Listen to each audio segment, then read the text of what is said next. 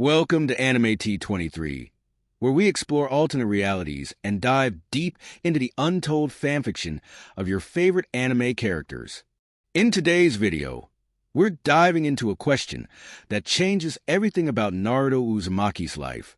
What if Naruto had been neglected by his family, a boy who was destined to be the protector of the village, but instead grew up forgotten and shunned, left to face the world alone?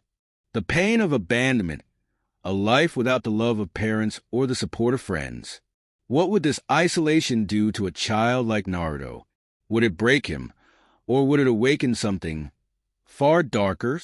When there's no one to guide him, when the world turns its back on him, Naruto finds an ancient power within himself, the legendary with style. A power long thought to be lost, one that could change the balance of the entire ninja world. But how will this dark gift shape his journey? Join us as we explore this what-if scenario and watch as Naruto's life takes a shocking turn. Will his loneliness lead him down a path of destruction, or will he rise as a new force to be reckoned with? Hit that like button, subscribe to Anime T23, and don't forget to ring the bell so you never miss a moment of these epic what-if scenarios. Now, let's dive into part 2 of What If Naruto Was Neglected by His Family and Released with Style. Enjoy the journey. Battle in the mist. Satsuki is trembling and struggling to breath, the kunai she had taken out held in front of her. She has a tight grip of it, not trusting her sweaty hands. An inexplicable feeling of fear has gripped her, robbing her of the will to even move. This feeling, I haven't felt like this since. Memories of blood-stained streets illuminated by the moonlight and crimson eyes come flooding back, only further weakening her and adding to the toll she is taking from the killing intent. She begins to realize her life is flashing before her eyes. She sees herself growing up with her two brothers and her mother and father, meeting Mito and the two of them becoming best friends and rivals. She sees her aunt and uncle, her cousins and many other relatives laying dead on the ground. She sees her elder brother claiming responsibility and saying he never cared for her. She sees her falling out with Mito and drifting away from Sasuke and finally being assigned to Team 12. Ino's legs are shaking. She is barely even able to stand. She's never felt anything like this before. She can feel her heart threatening to beat out of her chest. She is going to die. She can't die. There's so much she hasn't done. She can't. Images flash before her in her mind. She sees herself with her parents when she was younger. She sees herself laying eyes on Menma for the first time and meeting Sakura and defending her. She sees herself being assigned to Team 12 and all other events that led to this moment. Naruto has a kunai held out in front of him and is standing in formation with his teammates. He is faring much better than them, as his late sensei gave off much stronger killing intent. That doesn't mean he isn't a little nervous. This is the first time he's faced an enemy this strong in an actual battle situation. Zabuza, to his knowledge, is a former member of the 7 ninja swordsmen of the Hidden Mist, and thus a wielder of one of the 7 swords, in his case the Executioner's Blade. Zabuza is famed for his silent killing. It was said he is so proficient in this art that one would not even know they have been killed by Zabuza until they're already dead. Naruto's heart is beating fast, nerves coupled with excitement. Naruto doesn't know why, but he enjoys battle.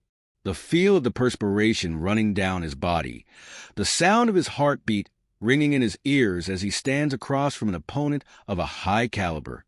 It just does something to him. He isn't a fan of violence, but he really appreciates a challenge. Satsuki, Ino, Naruto, don't be afraid. I won't let my comrades die. Gato assures his students, his voice cutting through the mist and its effects as his students visibly eased up. Ino stands up straight, and Satsuki breathes in deep, pulling herself together. Zabuza's voice rings through the mist, as well in the form of a laugh. Then he suddenly appears in the middle of the group in front of Tazuna, with his executioner's blade raised in the air and poised to cleave the old man in half. He attempts to bring it down, but finds his arm won't move. What? Zabuza turns to see the blonde brat out of the 3 holding his arm back. His grip is surprisingly strong. Naruto doesn't allow himself any shock. When Zabuza appears and attempts to kill Tazuna, he stops the man, grabbing his arm. Satsuki grabs Tazuna and jumps back. Ino follows, overcoming her shock. Naruto aims at Zabuza's side, intent on stabbing the swordsman. He finds his kunai blocked by another executioner's blade. He looks up to see another Zabuza, standing in front of the original with his blade underneath the swordsman's arm, which he is holding, stopping his kunai with his large sword. Brat's got moves, huh? The original Zabuza says, looking at Naruto with his head turned. Naruto smirks. Meanwhile, not too far away, Fugaku is weaving through hand signs, while standing next to a clone of Naruto, which the boy created when the mist rolled in. Fire style. Fireball jutsu, he yells, blowing out a large fireball, which cannons straight at Naruto and the two Zabuzas. Naruto quickly substitutes with his clone, and watches alongside Fugaku as it, along with his opponent and his clone, are engulfed in the fire. Naruto nods at his sensei before disappearing and reappearing alongside his teammates in formation once again. Zabuza, unsurprisingly, appears once again. Fugaku is standing in between him and his team of brats and the target. He begins to make an analysis. He wasn't expecting that to happen. That brat is strong. He wonders what else he has up his sleeve. But right now he needs to worry about the man standing in front of him. He realizes he is at a disadvantage here. Fugaku is a fire-style user and a proficient one at that. But from what he'd heard, the man retired from active field duty following the war. He had made a name for himself in and joined the Leaf Police Force. Facing lowly criminals and thugs as opposed to shinobi, he is to have gained some rust over the years. He would use that to his advantage. And as for his fire style, Zabuza smirks as a plan begins to form in his head. He doesn't look to the lake on his right, so as not to give away his plan. He looks ahead at Fugaku making a decision. I must admit, I really wasn't expecting to be going up against you of all people. It's said that armed with those wicked eyes of yours and an arsenal of lethal fire style, jutsu, many believed you to be a demon straight from the depths of hell, Zabuza says. Fugaku doesn't dignify him with a response, and simply looks at his opponent blankly. But I'm sure that after being reduced to a lowly cop in return for your services, you've lost your touch, Zabuza says, smirking. Fugaku remains silent, not replying. Speaking of which, I must also admit I was also shocked when I heard that the Uchiha clan was massacred. Apparently the culprit was the son of the clan head and the heir. Zabuza continues. Fugaku's eyes narrow as they gain a cold look. The only reported survivors were the head of the clan himself, his other two children, and his wife. Can you confirm this? I will warn you only once, Fugaku says in a low and dangerous tone. Do not ever speak of my clan, he says with the tomo of his Sharingan spinning a bit. Zabuza chuckles. A clan head's responsibility is to lead and protect his kinsmen. You not only couldn't do this, but you also failed to protect your son from becoming what he is, a criminal. And now, after failing as a clan leader and a father, you're going to fail as a sensei when your students are killed, Zabuza says, pointing his executioner's blade at the group standing behind Fugaku. Fugaku, true to his word, gives no warning. He suddenly appears behind Zabuza with a kunai in hand. The bandaged swordsman whips around and blocks the kunai that was intended for his back with the flat side of his executioner's blade. A battle of strength ensues.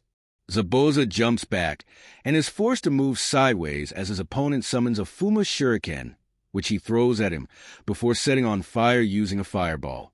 As Zabuza moves sideways, he is struck with pain as his executioner's blade is kicked right out of his hand. Fugaku then whips around and uses his other leg to send Zabuza flying with a spinning kick to the midsection. Zabuza skids and rolls before quickly jumping back to his feet. He's faster than he thought. He resists smirking. Just a little more. He turns and begins running across the lake, intent on retrieving his executioner's blade, which is still sailing through the air. He runs until he is directly underneath it with his opponent is hot on the trail. He smirks. The smirk almost immediately disappears. His eyes widen as there is a poof and his blade is immersed in a small cloud of smoke. Out of the cloud comes Fugaku. He substituted himself with the blade. Before the swordsman can do anything, Fugaku utters the words. Fire style, dragon flame jutsu. A number of dragons, all made of fire-style chakra, emerge from his mouth and head straight for Zabuza. His eyes widen, and then he disappears from view as the dragons smash down on the surface of the water and where he could be seen before. Steam fills the air, making it harder to see coupled with the mist. It remains for a while, and then it starts to dissipate. When it does, Fugaku can be seen walking across the surface of the lake towards a downed Zabuza, who is lying face down in the water and appears to have suffered a few burns. Fugaku stands over Zabuza, staring at him for a few seconds. He then grabs the swordsman by the neck, lifting him into the air. He stares him dead in the eye, his Sharingan still active and the cold look from earlier still present. You dare to sully my clan's name with your mouth, he asks in a venomous tone. Zabuza's only verbal reply is a low groan. That is the last mistake you will ever make, Fugaku continues. Zabuza smiles and a splash is heard. A pair of hands emerge from beneath the water, grabbing onto both Fugaku's ankles to his shock. The hands pull him down, causing him to release his grip on Zabuza as he goes underwater. The Uchiha whips out a kunai and stabs the water clone that pulled him in, causing it to disappear, reverting back to water. He pulls himself back up to the surface and breaks it just in time to see Zabuza finish a set of hand signs. Water style, water prison jutsu. You fell for that hook, line, and sinker, he says with a wry smile on his face as he encases Fugaku in a sphere of water. How easy can you be? Zabuza asks, smiling. Fugaku curses as he becomes trapped in a sphere of water. He can't believe he fell for that. It was a setup from the very beginning. Zabuza had been planning to lead him into the lake where he was strongest, and he had allowed his anger to take over and let that happen. And now his team and Tazuna are in danger. You've underestimated me in that. Is the last mistake you will ever make. Zabuza smiles at Fugaku, who scowls. Naruto, Satsuki, Ino, and Tazuna watch this scene unfold. The three genins' faith in their sensei doesn't waver initially. They watch as he maintains a calm demeanor in the face of the enemy. This soon disappears as Zabuza provokes him using the Uchiha clan massacre. Fugaku attacks Zabuza, ruthlessly grinding down on the swordsman. Zabuza attempts to retrieve his blade, and to all it appears as if the Uchiha has his opponent on the back foot. All except Naruto. His eyes widen in realization. Zabuza uses water style primarily. That much was evident from this mist and the water clone he created earlier, and now he's drawn Fugaku into the lake. He attempts to yell a warning to his sensei, but it is drowned out by the sound of the fire dragons impacting with the water. He hopes that Zabuza's strategy backfired. No such luck. Zabuza traps Fugaku in a sphere of water. A water clone of Zabuza appears in front of the group. They raise their kunai in response, not allowing themselves any shock this time. The clone swordsman laughs. Well, don't you lot look serious, he chuckles. Do any of you even for a second believe you're capable of stopping me? He questions. The genin remains silent, not dignifying their opponent with a response, but rather preparing for him to make a move. Do any of you even for a second think you're a real shinobi? You're nothing more than kids playing pretend. Do you want to know how I became a shinobi? The Blood Mist, years ago, was somewhat like other villages, but it differed in some respects, particularly one. Its academy graduation exam, the final test to become a fully fledged shinobi in the mist, was an all-out death match. Zabuza says, in order to become a ninja, one had to slaughter all their peers. The friends they had grown up with, eaten with, and played with. Ino and Satsuki's eyes widen in shock, while Naruto's narrow. Ino shuddered at the thought of having to kill Sakura. Satsuki shudders at hearing Zabuza's words. Imagine if she had had to kill. She stops herself, realizing what she was thinking. There is one thing that was particularly unique about my graduation. I wasn't even a registered participant, he proudly says, shocking the genin. And yet little brats like you still think you're shinobi. Pathetic. Now! Zabuza leaps forward, his executioner's blade raised. Die, he shouts. Ino, Satsuki, and Tazuna close their eyes, waiting for the blade to cleave through them and claim their lives. It never comes. Instead, the sound of metal clanging is heard. They open their eyes and they widen in shock. Naruto stops Zabuza's blade with his kunai. Zabuza is a bit surprised. This brat had displayed strength that was admittedly impressive earlier, but he wasn't really trying as much back then. A battle of strength ensues. Zabuza eventually jumps back. Think you got the stones, kid? Zabuza challenges, smiling. Naruto smirks. Without turning around, he speaks to his teammates. I'll take him on. You two stay here and guard Tazuna, he says. Are you insane? You can't fight him. Ino shouts. It's suicide.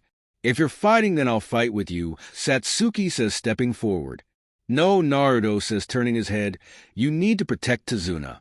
He didn't come alone. He has an accomplice.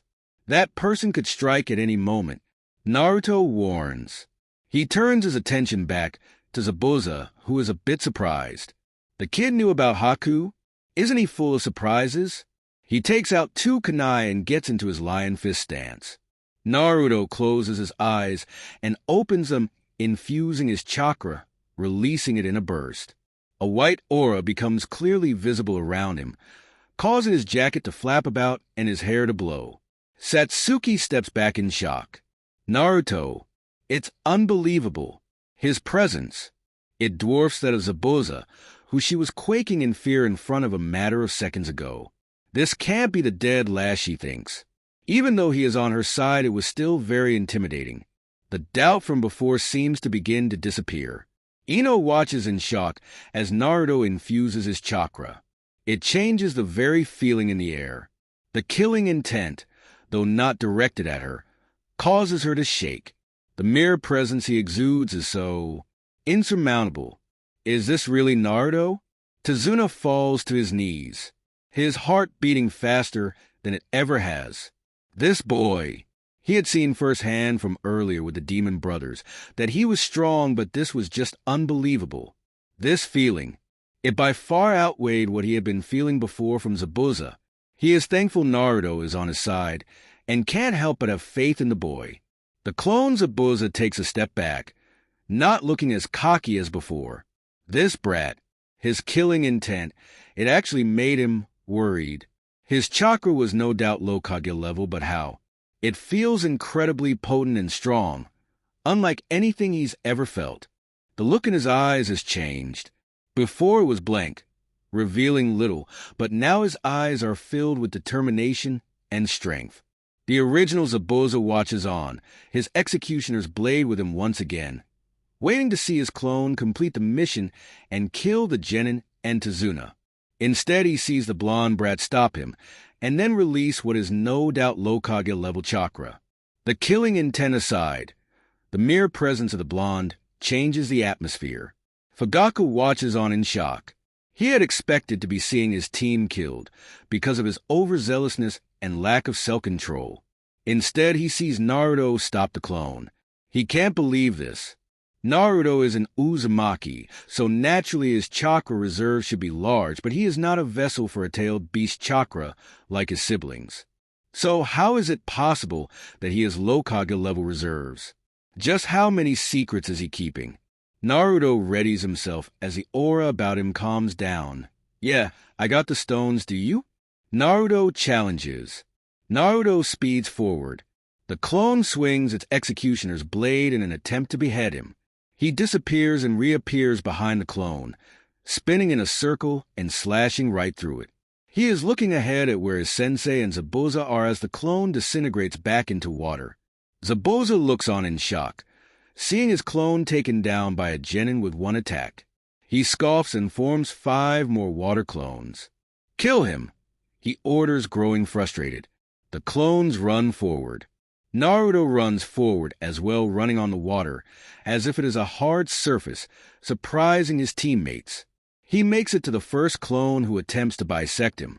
He avoids this by turning his body at a 90-degree angle while maintaining his momentum and slashing through the clone. He suddenly appears in front of a second clone who tries to cut him in half.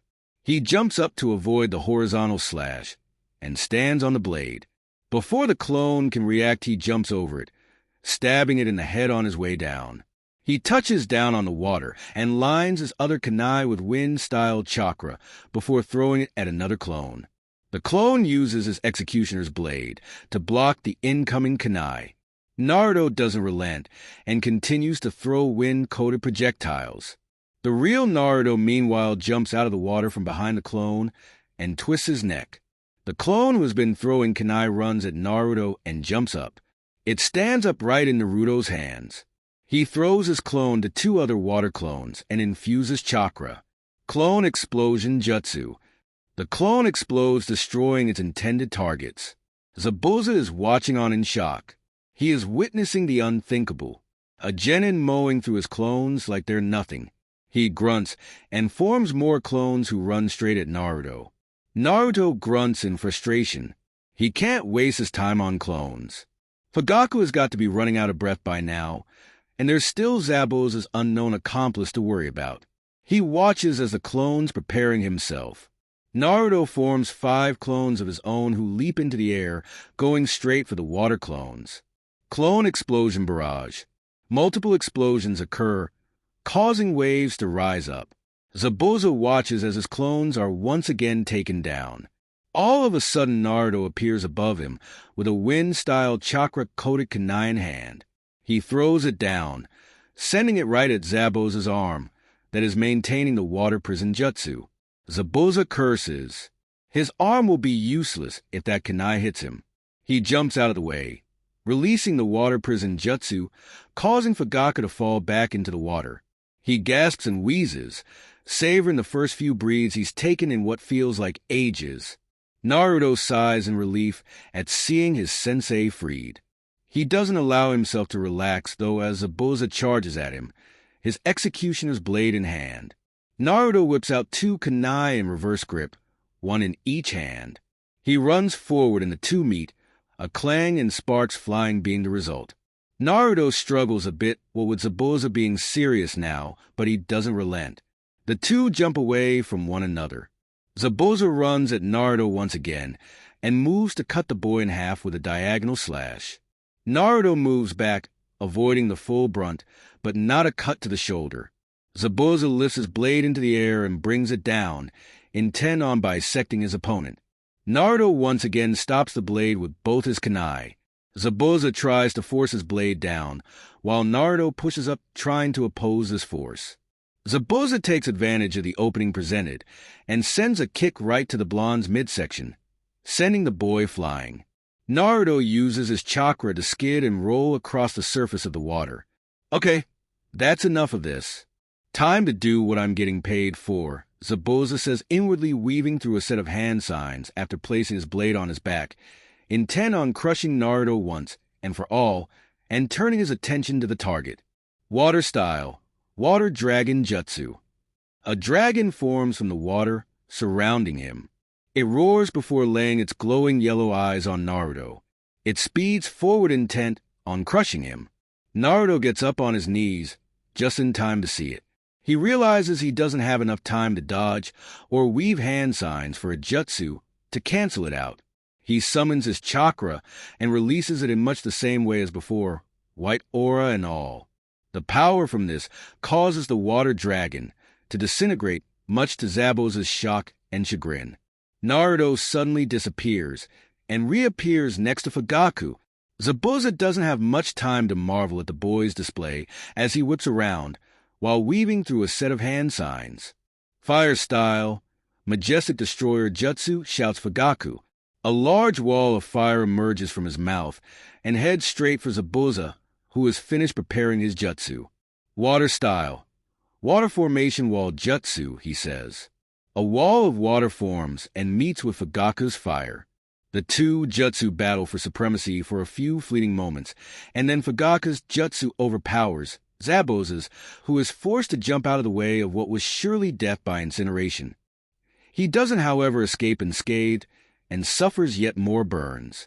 Zabuza gets up from the kneeling position he had adopted and looks up to find himself staring Fugaku dead in the eye. "You're mine," Fugaka utters, as everything suddenly becomes a blur to the swordsman, and it appears as if the world is spinning. He can't seem to move. Fugaku hits a pressure point in the swordsman's neck, rendering him paralyzed. He falls backwards into the water. The mist begins to subside. Fugaku draws a kunai as Naruto drops down next to him. He takes a step forward. "It seems you've underestimated me," he says, using the swordsman's words against him just as was done to him. "It's over," he declares. He is allowed to take no more than a step. 2 Senbon needles sail through the air and land in Zabuza's neck. He stops breathing. There is a poof of smoke, and a masked figure appears. The mask she or he is wearing has a blue pattern on the edges. The symbol of the hidden mist is also clearly recognizable. Fugaku and Naruto's eyes narrow. "Hello," the figure days in a feminine voice. "And you are?" Fugaku asks. "I'm a hunter ninja of the hidden mist." The newcomer says, "I've been tracking Zabuza for months now. Thank you for presenting me with the opportunity to capture him." "Now you can stop," Naruto interjects. "We've been waiting for you to show yourself." "We know you're Zabuza's accomplice," Naruto says, shocking the newcomer. "I see. Well, in that case." The newcomer flips out more Senbon, preparing herself. Naruto steps forward only for Fugaku to place his hand on his shoulder, stopping him to the boy's surprise. "Let her go, Naruto. We don't know how strong she is," he says. Naruto stands down like he is ordered to do. The masked newcomer picks Zabuza up and disappears in a poof of smoke. Naruto and Fugaku walk back to the shore. "Well done, Naruto. Thank you for saving my life," Fugaku says, looking ahead. "Thank you, Sensei, and don't mention it," Naruto responds, "although you do have some explaining to do," he says. Naruto doesn't respond to this. They walk the rest of the way in silence. The two finally reach the shore where their comrades and client await. None speak. The three can only gawk at Naruto. Ino is in disbelief. She knew there was more to her blonde teammate than meets the eye, but what she'd just seen was ridiculous. He had fought the enemy with such power. It is unbelievable to her that this is really Menma's older brother. Satsuki is in disbelief. Naruto had taken on Zabuza and held his own. He had probably saved her dad's life too. She stares at the blonde, completely in awe of him. How strong is he? Tazuna, lead the way. The longer we stay out here, the more risk there is of another run-in with more of Gato's hired hands, Fugaku orders. A while later, there it is, Tazuna says, pointing to a house on the horizon. It is a 2-story house which overlooks the ocean. They walk to the front and enter the house. "Tsunami, I'm home," Tazuna shouts. Out of another room comes a woman with black hair, with bangs that frame her face. As soon as she sees Tazuna, she runs towards him and jumps on him, hugging him. "Father, you're back. You said you would only take 3 days to get back. Are you all right? Are you hurt anywhere?" Tazuna chuckles. "I'm fine, Tsunami. Thanks to these 4. Tsunami, this is Fugaku, Satsuki, Naruto, and Ino. They're the ninja who saved my life. Guys, this is my daughter Tsunami," he says, introducing them. "Thank you for protecting my father," she says with a somewhat happy and sad look on her face. Fugaku observes this. "Right, Tsunami? We have guests. Let's make them feel at home and let them settle in," Tazuna says, before his daughter has a chance to immerse herself in thoughts of the sad past. "Oh, forgive me, everyone. This is our home. It's not the largest, but it's home," she says to them, smiling. "Inari," she calls out. Out of another room comes a little boy. "This is my son Inari." "Inari, your grandfather is back." These ninja protected him on his way back. "Come say hi," she says to him, smiling adoringly. The boy simply looks at the group with a dark look on his face before heading up the steps. Tsunami sighs at this before turning around and flashing a smaller smile at the group. "All right, let me show you where each of you will be sleeping," she says. Unknown locations of Zabuza can be seen laying down. He has bandages tied around parts of his body where he was burned. His headband has been taken off and put aside. A groan comes from the swordsman as his eyes flutter and open. "Don't bother trying to move," says the swordsman's accomplice. She is wearing the same attire from earlier, only now her mask has been removed and lays next to her, revealing her beautiful face. "Haku!" He groans out, darting his eyes, finding he can't turn his head. "Yes, Master Zabuza. It's me. I'm sorry I didn't act sooner. Had I done so, you wouldn't be in this state." She feels guilty over all of this. She had initially seen that Uchiha man hammer down on her sensei and thought about stepping in, but realized his plan. It was successful and she thought that it was done and the mission was complete, but then that boy stepped in. He had unleashed an unbelievable amount of chakra, taken down her master's clones, and forced him to release Fugaku. From there things went downhill. And now it turned out she had paralyzed Zabuza for nothing, because they knew all along she was with him. Forget it. That blonde brat knew you were hiding in wait. He would have given you a hell of a lot of trouble, that's certain. "I suppose you got lucky and escaped," he says. All he remembers is escaping from that fire-style jutsu that Fugaku used, and looking up into the man's eyes. As soon as that happened, the world just seemed to spin, and reality slipped away. He would be clenching his fist if he could move. He had gotten carried away and underestimated Fugaku. He had forgotten about the Sharingan's Genjutsu ability. Of course, credit needed to be given where it was due. Fugaku is very strong, and rest assured he won't allow himself to underestimate him again, or Naruto. That boy was something else. He would have been an absolute monster in the future if it weren't for the fact that his fate is sealed. Anyway, the next time we cross paths with them, Haku, I'm leaving those two girls in your hands. They shouldn't be any trouble for you, but as for Fugaku and that Naruto boy, both of their heads are mine. Heroes born Naruto can be seen laying against a tree. He has been out here since last night. He came here to train and ended up falling asleep. Flashback. After Team 12 arrives and settles into what would be their home for the next few weeks, Fugaku speaks to his team, telling them Zabuza would probably need at least a week to recover, and they would need to be prepared because the next time they meet he won't be alone. "I'd also like to apologize to all of you for what I did. I allowed my emotions to cloud my judgment, putting you all in danger. I promised you I wouldn't let you die, but the truth is, had it not been for Naruto, you would have all been killed," Fugaku says in a solemn tone. The Uchiha S students quickly forgive him, understanding his position. The mention of Naruto causes his three comrades to turn their heads to him. He knows what's coming. They attempt to interrogate him concerning the power he displayed during the encounter with Zabuza. Training, he simply responds. They know there is more to it than this, of course, and continue to interrogate him, but Fugaku and Satsuki quickly realize he isn't going to give anything away. "Oh, come on, Naruto," Ino pleads, begging her blonde-haired teammate. She desperately wants to know how Naruto had done what he'd done. Naruto doesn't dignify her with a response. Ino was notorious for being a gossip monger back in the academy, hence her refusal to relent, and let the matter go like the two Uchiha on the team. He's hoping she realizes sooner rather than later that he isn't going to tell her anything. "Let it go, Ino. He isn't going to tell you anything," Fugaku says. He, despite his attempting to talk down Ino from questioning Naruto on his ability, had been intent on doing much the same thing, but quickly realized the student had no intention of revealing anything to his teammates. He glances at his daughter to see her staring at the aforementioned Naruto. Satsuki shakes her head at her female teammate. Naruto isn't going to say anything else besides what he'd already said. That much is clear. She turns and looks to her other blonde teammate, trying not to stare. She is still in a state of shock over what had happened.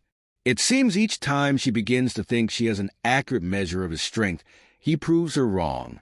How strong is he? Team 12, for the few days that follow this particular meeting, go about guarding Tazuna. They work on a rotational schedule of 2 guarding for half the day, while to stay behind and train before switching. The days pass by uneventfully until one night. Of those sitting at the dinner table turn to see Inari standing their eyes burning with loathe. Team 12 had already been briefed on how Gato's oppressive rule had meant all who dared to stand against him or even be found to secretly be opposed to his rule were killed. As it turned out, Inari's father, Kaiza, who was considered a hero in the village, had tried to stand up against the crime lord. He had been publicly tortured and executed for this. Gato had made an example out of him, warning all that much the same fate awaited them should they show any signs of resistance. The ordeal had heavily traumatized Inari and had made him the way he is now, pessimistic and hateful. Fugaka displays no outward reaction. Satsuki stares at the boy. Ino's eyes dart around the room nervously, seeing the mood turn tense. Tazuna and Tsunami become sad. Naruto raises his eyebrow, before seemingly turning his attention back to his meal, speaking after swallowing a mouthful of food. "I'm sorry. I didn't hear you." "Say that again," he says nonchalantly, not even looking at Inari, but rather focused on his plate. "I said you're all going to die, you idiot. It doesn't matter how hard you train, how much you fight. It's hopeless. You're no match for Gato and his men," Inari says, glaring at the blonde-haired idiot who has the nerve to mock him. "And I suppose you are?" Naruto asks, his tone laced with sarcasm as he finally looks at Inari with his eyebrow raised. "Well, why don't you tell me about that, because from what I've seen, nothing's been done for this land since Kaiser died," he continues. Inari loses it, as if it isn't enough that these ninja fools show up here and dare to think they could challenge Gato. One of them has the nerve to mention Kaiser. "Don't you dare talk about Kaiser," the boy yells angrily. "Who do you think you are anyway? Kaiser was my hero, and he was ripped away from me. You have no idea what that's like. Living in that ninja village of yours all your life. You know nothing about suffering," Inari continues shouting. A dark look comes onto Naruto's face. He places his chopsticks down before standing up. He looks straight at Inari, causing the boy to step back nervously. "And don't you dare stand there and speak as if you know I am, and that you've had it worse than anyone else. Look around you. You have a home, a mother and grandfather who care about you, and the memory of your father to look back on. There are kids just like you out there who have nothing and have lived their whole lives with nothing," Naruto says, yelling the last part, causing Inari to begin to tear up. He turns around and begins to walk away. He walks until he is standing right in front of the door. "You should be glad your father isn't alive," he says without turning, causing the eyes of all those in the room to widen in shock. "Because that means he was a hero. Better to die a hero than to live a coward. If you're not happy about the way things are, then stop crying. Become a hero and change them," he says. He opens the door and steps out, closing it behind him. Inari stands there staring at the door which Naruto had left through, like all in the room, mulling over the blonde ninja's words. There is silence for a while. It is eventually broken by Ino. "Fugaka-sensei, who is Naruto?" She asks, not finding any better way to voice what is on her mind. Her sensei, this time, doesn't shake his head at her attempt to gather information on her teammate. "I'd be lying if I said I knew the answer to that." Ino, he responds, still looking at the door. He seemed deeply insulted and angered by Inari, saying he didn't know what it means to lose a loved one. "But from the intel I have, he hasn't ever been particularly close to anyone in the village. Could it be Minato was wrong?" He analyses inwardly, wondering if Minato knew even less about his son than he thinks. Flashback, and that was the reason Naruto had ended up here. He wasn't really thinking in the moment. He'd just gotten frustrated and angry at hearing Inari's words. "He was ripped away from me. You have no idea what that feels like." He sighs. He looks up at the early morning sky and begins to think. Something he hasn't had the chance to do since leaving the village. Blowing up like that probably gave his observer a lead. He's decided he'll open up more to his teammates. This way he'll perhaps stave off some of the suspicion he's under. He is certain that besides the Hokage's personal reasons, the treatment he has received from the villagers, and not sharing any close bonds with anyone in the village, has made him a potential flight risk. He is given no more time to think, unfortunately. He opens his eyes as he senses a chakra signature, which he recognizes. Haku walks into a clearing, humming to herself. Her raven hair is let down and is out of the way of her beautiful face. In her hand is a basket which she is using to collect herbs which she will use to make a strong enough painkiller for Zabuza. She was more than happy to be out of the hideout for a bit. Her master has been very cranky recently, but it's to be expected. He isn't used to being in such a position. She spots the silhouette of someone sitting against a tree. She approaches, wanting to get a closer look. She freezes as she realizes it's him, the blonde boy from a few days earlier who had fought against her master. She begins to think, if she were to kill him now, a lot of trouble would be avoided. There is no doubt in her mind that she can handle the two kunoichi he was with without trouble. He is another matter altogether, though. The fact he was able to take her master on was proof of that. And then there is his sensei. That man is dangerous. As much as it pains her to admit, he may be stronger than Zabuza. She approaches him, reaching out for his neck. She nearly jumps in surprise when he grabs her wrist with his eyes still closed. His eyelids open, revealing his ocean blue eyes. Haku is captivated by them. She finds herself unable to move. She is broken out of this trance when he speaks. "Can I help you?" Naruto asks with his eyebrow raised in pretense. Was she going to try and finish me off before our next meeting, he assesses. "Oh," she stumbles, still in awe, "I apologize. I saw you sleeping and wanted to wake you up. You will catch your death sleeping out here in the cold," she lies while smiling at him. A good liar, he observes. He glances at the basket in her hand. He recognizes the herbs as the ingredients to a painkiller. This is obviously for Zabuza, I see. "My apologies. Please forgive me," he says, standing up and bowing respectfully. "It's fine," she stutters embarrassedly. "I'm Haku. What's your name?" she asks politely. "Naruto," he responds.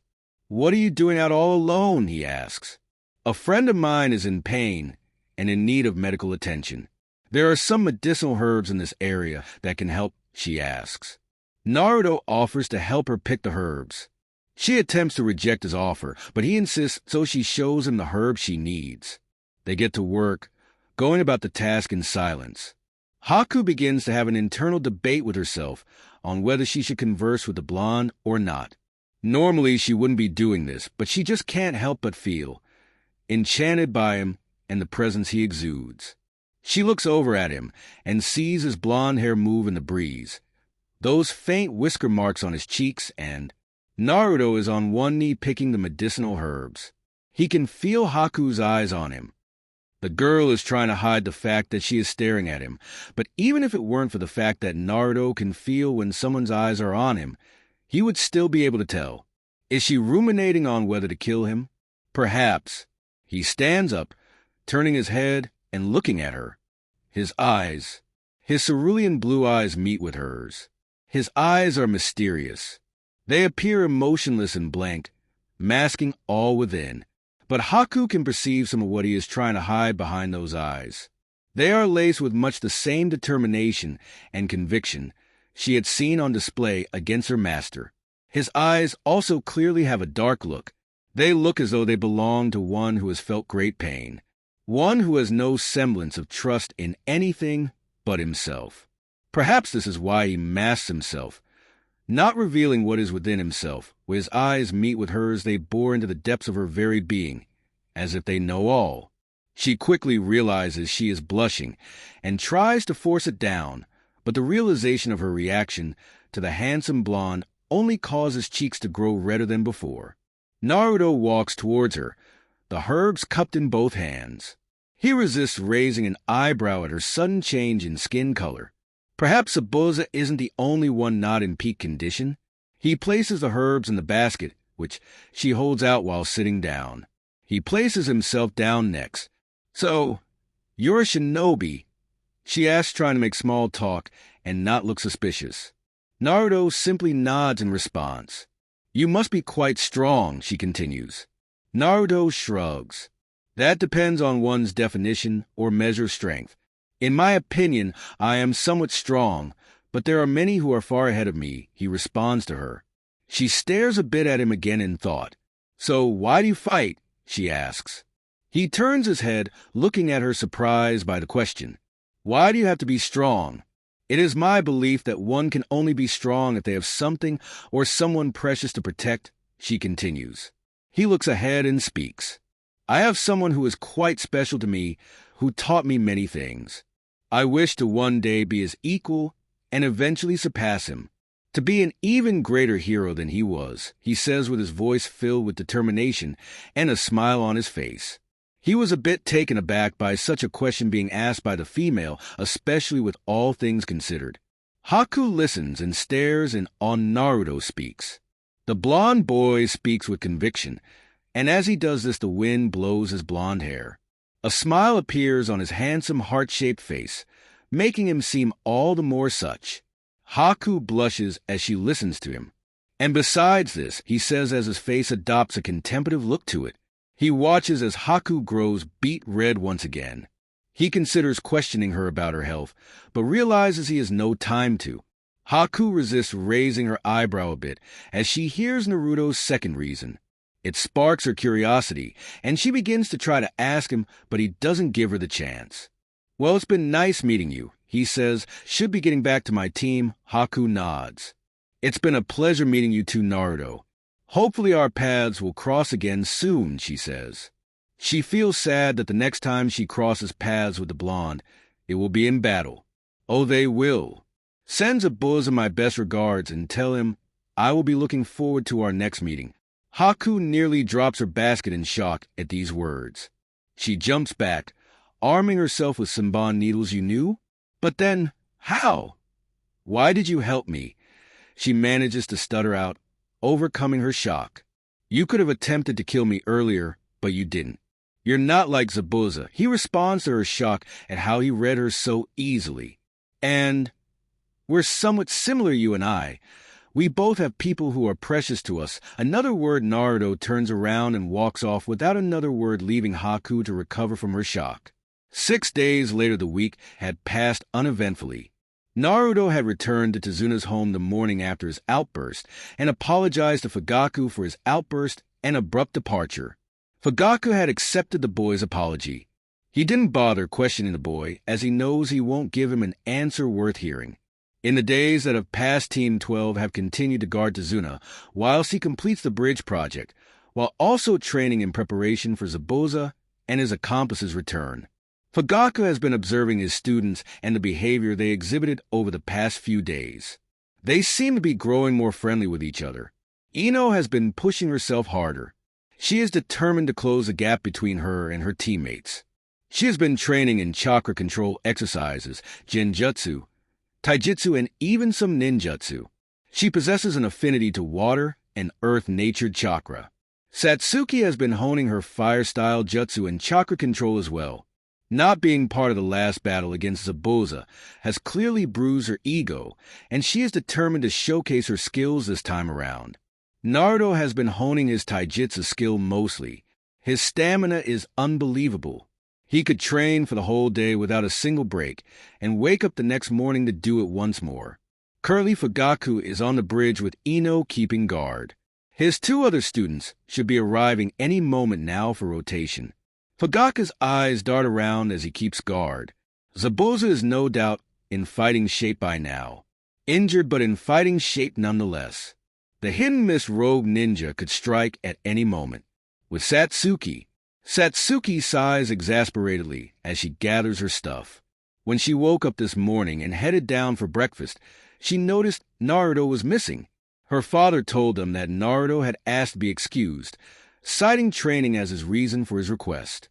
After breakfast, Fugaku and Ino left with Tezuna for the bridge. The hours pass, but there was no sign of Naruto showing up. She has decided to leave. She is already late enough. She is quite worried. Could something have happened to him? Satsuki inwardly asks herself, "Are you sure you can't wait a little more?" "I'm sure he's on his way," Tsunami says to Satsuki. The Uchiha female looks back at Tsunami as she stands in front of the door. "I'm late as it is. I should get going. For all I know, he headed to the bridge without me." She responds. Tsunami nods understandingly, while Inari watches on as well. "Well, I'm off," Satsuki says. "Be careful," Tsunami says. Satsuki smiles a bit before stepping out of the house and closing the door behind herself. She looks around before jumping away. With Naruto is crouched down in the rafters of a warehouse. Below him, the room is filled with people. There are about 40 in total. 30 are men, and 10 are teenage girls. 15 of the men are scattered about the room while 14 are gathered around the females, leading them forwards to the front where a middle-aged man with brown hair, a bald spot, and a large beard stands. How did Naruto end up here? He had been going about his training, and just when he was about to head back to Tezuna's home, he detected a group of about 24 chakra signatures. He heard a scream coming from where the group was and decided to investigate. When he did, he found a group of 14 armed men, leading 10 young women through the forest. One of the men had backhanded one of the girls. The sight angered but did not surprise the blonde. With the land of waves becoming Gato's playground and the heart of his criminal empire, human trafficking has become a normality in the nation. Naruto could have taken the thugs down then and there, but chose not to opting to let them lead him to their base. So he could rescue any other captives, which lead to the current situation. The group of men and women are now all standing in front of the middle-aged man. "We got the order, boss," speaks up one of the men as he steps forward. He is wearing 10. "Pick of the litter fresh ones," he says, smirking. The man doesn't respond verbally. He looks the girls over, taking the time to walk around so as to study each of them. He walks slowly, enjoying the girls' visible fear. He nods before taking out a key and tossing it to the man who spoke. "All right, put him with the others," he says, finally speaking. The black-haired man nods, and the girls are led to a door on the left side of the front of the room. It is opened and the girls are forced inside before the door is locked behind them. "All right, gather round," the apparent leader shouts. The men in the room comply, gathering in front of him. There is a bit of chatter, but he silences with a raise of his hand. "Right, Gato's order is ready." Naruto narrows his eyes as his suspicions are confirmed. They work for Gato. "So you can all sit back, relax, and get ready for the payday headed your way." "Boss," interjects the man who spoke earlier, "if I may. I have a proposition," he says. The leader frowns at being interrupted. "What have I told you about opening your mouth while I'm talking?" "And what the hell are you on about?" he questions angrily. "Sorry, Gato gave us a task, and we've completed it. We will be getting paid, but why should we relax when we can go the extra mile?" he asks rhetorically with a sadistic smile spreading across his face. "What do you mean, go the extra mile?" he asks, growing frustrated. "I mean we should make sure the merchandise we're delivering to Gato is fresh. If you catch my drift," he finishes with the same wry smile on his face. His sentence is followed by shouts of approval from his compatriots. The leader raises his hand, silencing them once again. "I'm just saying, boss. 45 girls to deliver, 30 of us. The math sounds good enough to me," continues the man, swinging the key on his finger. Murmurs of approval arise. They are silenced this time not by the leader, but by a sound that echoes throughout the room. All heads turn to the back. Naruto drops down from his hiding place in the rafters, having heard all he needs to hear. He lands on the ground and watches as the thugs turn towards him. There is silence. Then murmurs begin to fill the room once again. "Who the hell is that?" "It's a kid, obviously." "Yeah, but what's he doing here?" Talk about shit timing. The leader looks around the room, growing agitated. There is silence as the thugs look around, waiting for someone to make a move. The black-haired one holding the key steps forward, still twirling it on his finger. "I'll handle this," he says. "Hey, kid, you seem lost. We were actually about to attend to some serious business. So why don't you run on out of here and find your way home," he says, the lecherous smile from earlier still on his face. Naruto looks on at the group, his face blank. He finally speaks. "Every single one of you are going to die," he says plainly. There is silence once again, and then laughter erupts from the thugs. "You idiots!" shouts the leader angrily. "He's a shinobi. Don't you see that thing on his head? Kill him," he orders. The thugs finally take notice of the headband wrapped around Naruto's head, identifying him as a shinobi. "All right, I'll handle this," says the black-haired thug, placing the key in his back pocket. He draws his katana from his back and runs at Naruto, intent on killing the boy as fast as possible so he can turn his attention back to having some fun. He raises his katana as he begins to get close to the brat. All of a sudden, he disappears. Naruto disappears and reappears in front of the katana-wielding thug and palms him in the stomach, launching him back. While he is in midair, Naruto inwardly utters the words, with style. With cutting sprigs, jutsu branches would shoot from the thug's body, coming out in different spots, from his head to his midsection to his legs. He drops to the ground dead. There is complete silence in the room, as all eyes are on his body, as his blood begins to pool. Marekio, one of the thugs, says in a low voice, not believing their partner in crime is dead. A loud yell comes from one of the thugs standing in the front as he runs forward with a battle axe in hand. All the other thugs follow suit, intent on avenging their fallen friend. Naruto places his hand over the ground. 8 pieces of wood rise from the ground. He places them each between his fingers and crosses his arms before releasing the projectiles, sending them right at the thugs.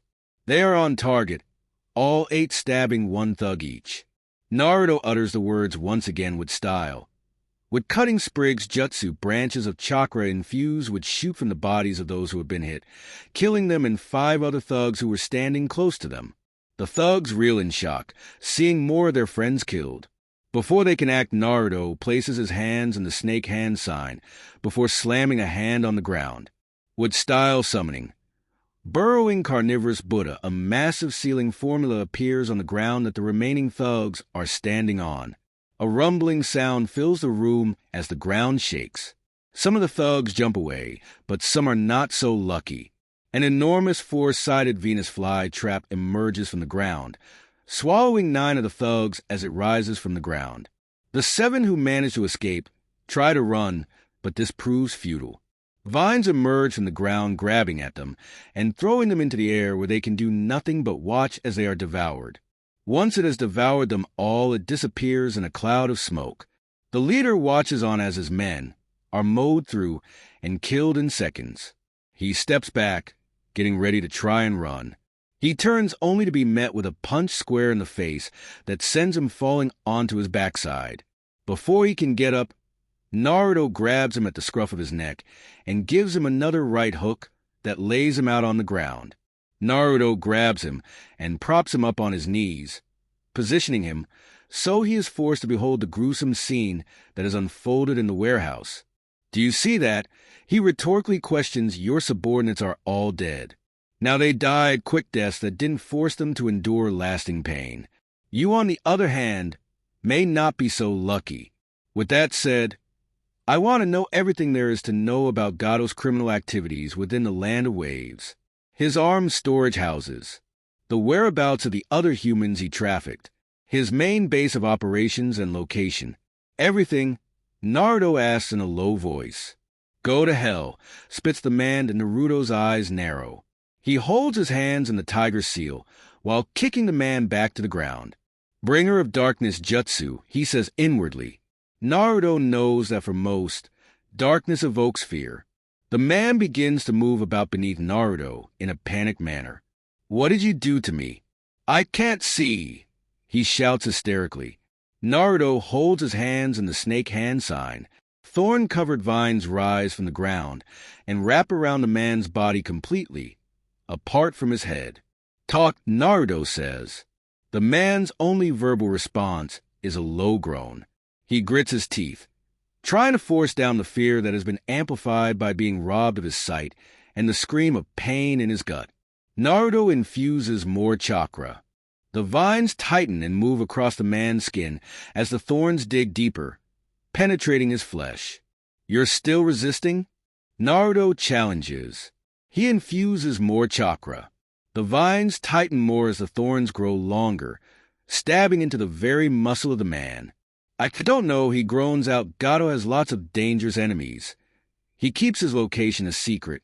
He wails in pain, not being able to hold it in any longer. These vines are poisonous. I'm sure you're beginning to feel it, right? The burning sensation in those cuts all over your body. Naruto kneels down and whips out a kunai. He imbues it with wind-style chakra and holds it to the man's face. This is just the beginning, he says, running his kunai along the side of the man's face, causing a cut to appear on his already bleeding face. Marred by Naruto's fist, this pain will only worsen if you don't tell me the truth, Naruto says in a low tone. All right, I'll tell you. But if I do, you have to swear you won't kill me, the gang leader relents.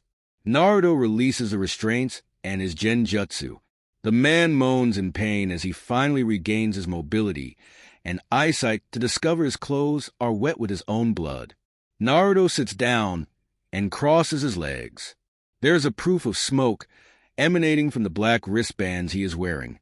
A scroll appears in Naruto's hand. He unrolls it and holds his pen in his hand. Begin. The man does so, telling him all he needs to know. He gets up having gotten the first thing he came for. What do you even want with Gato? The man asks while still laying on his back, not being able to move. I'm going to kill him, Naruto responds. You kill Gato.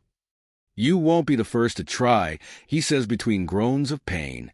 Before the sun sets today, he will be dead, Naruto says, narrowing his eyes. Naruto looks down at the man who is now desperately trying to find some way to move. You shouldn't bother. You're going to be dead soon anyway, he says as he turns and begins to approach the room where the kidnapped girls are held. What? But we had a deal. I gave you what you wanted, the man says hysterically. I don't remember agreeing to anything with you, he says plainly. In fact, I made myself quite clear from the beginning. I said you and your gang were all going to die, didn't I? He says while still walking. He stands in front of the metal door which the kidnapped females are held captive behind and whips out 2 kunai with Satsuki.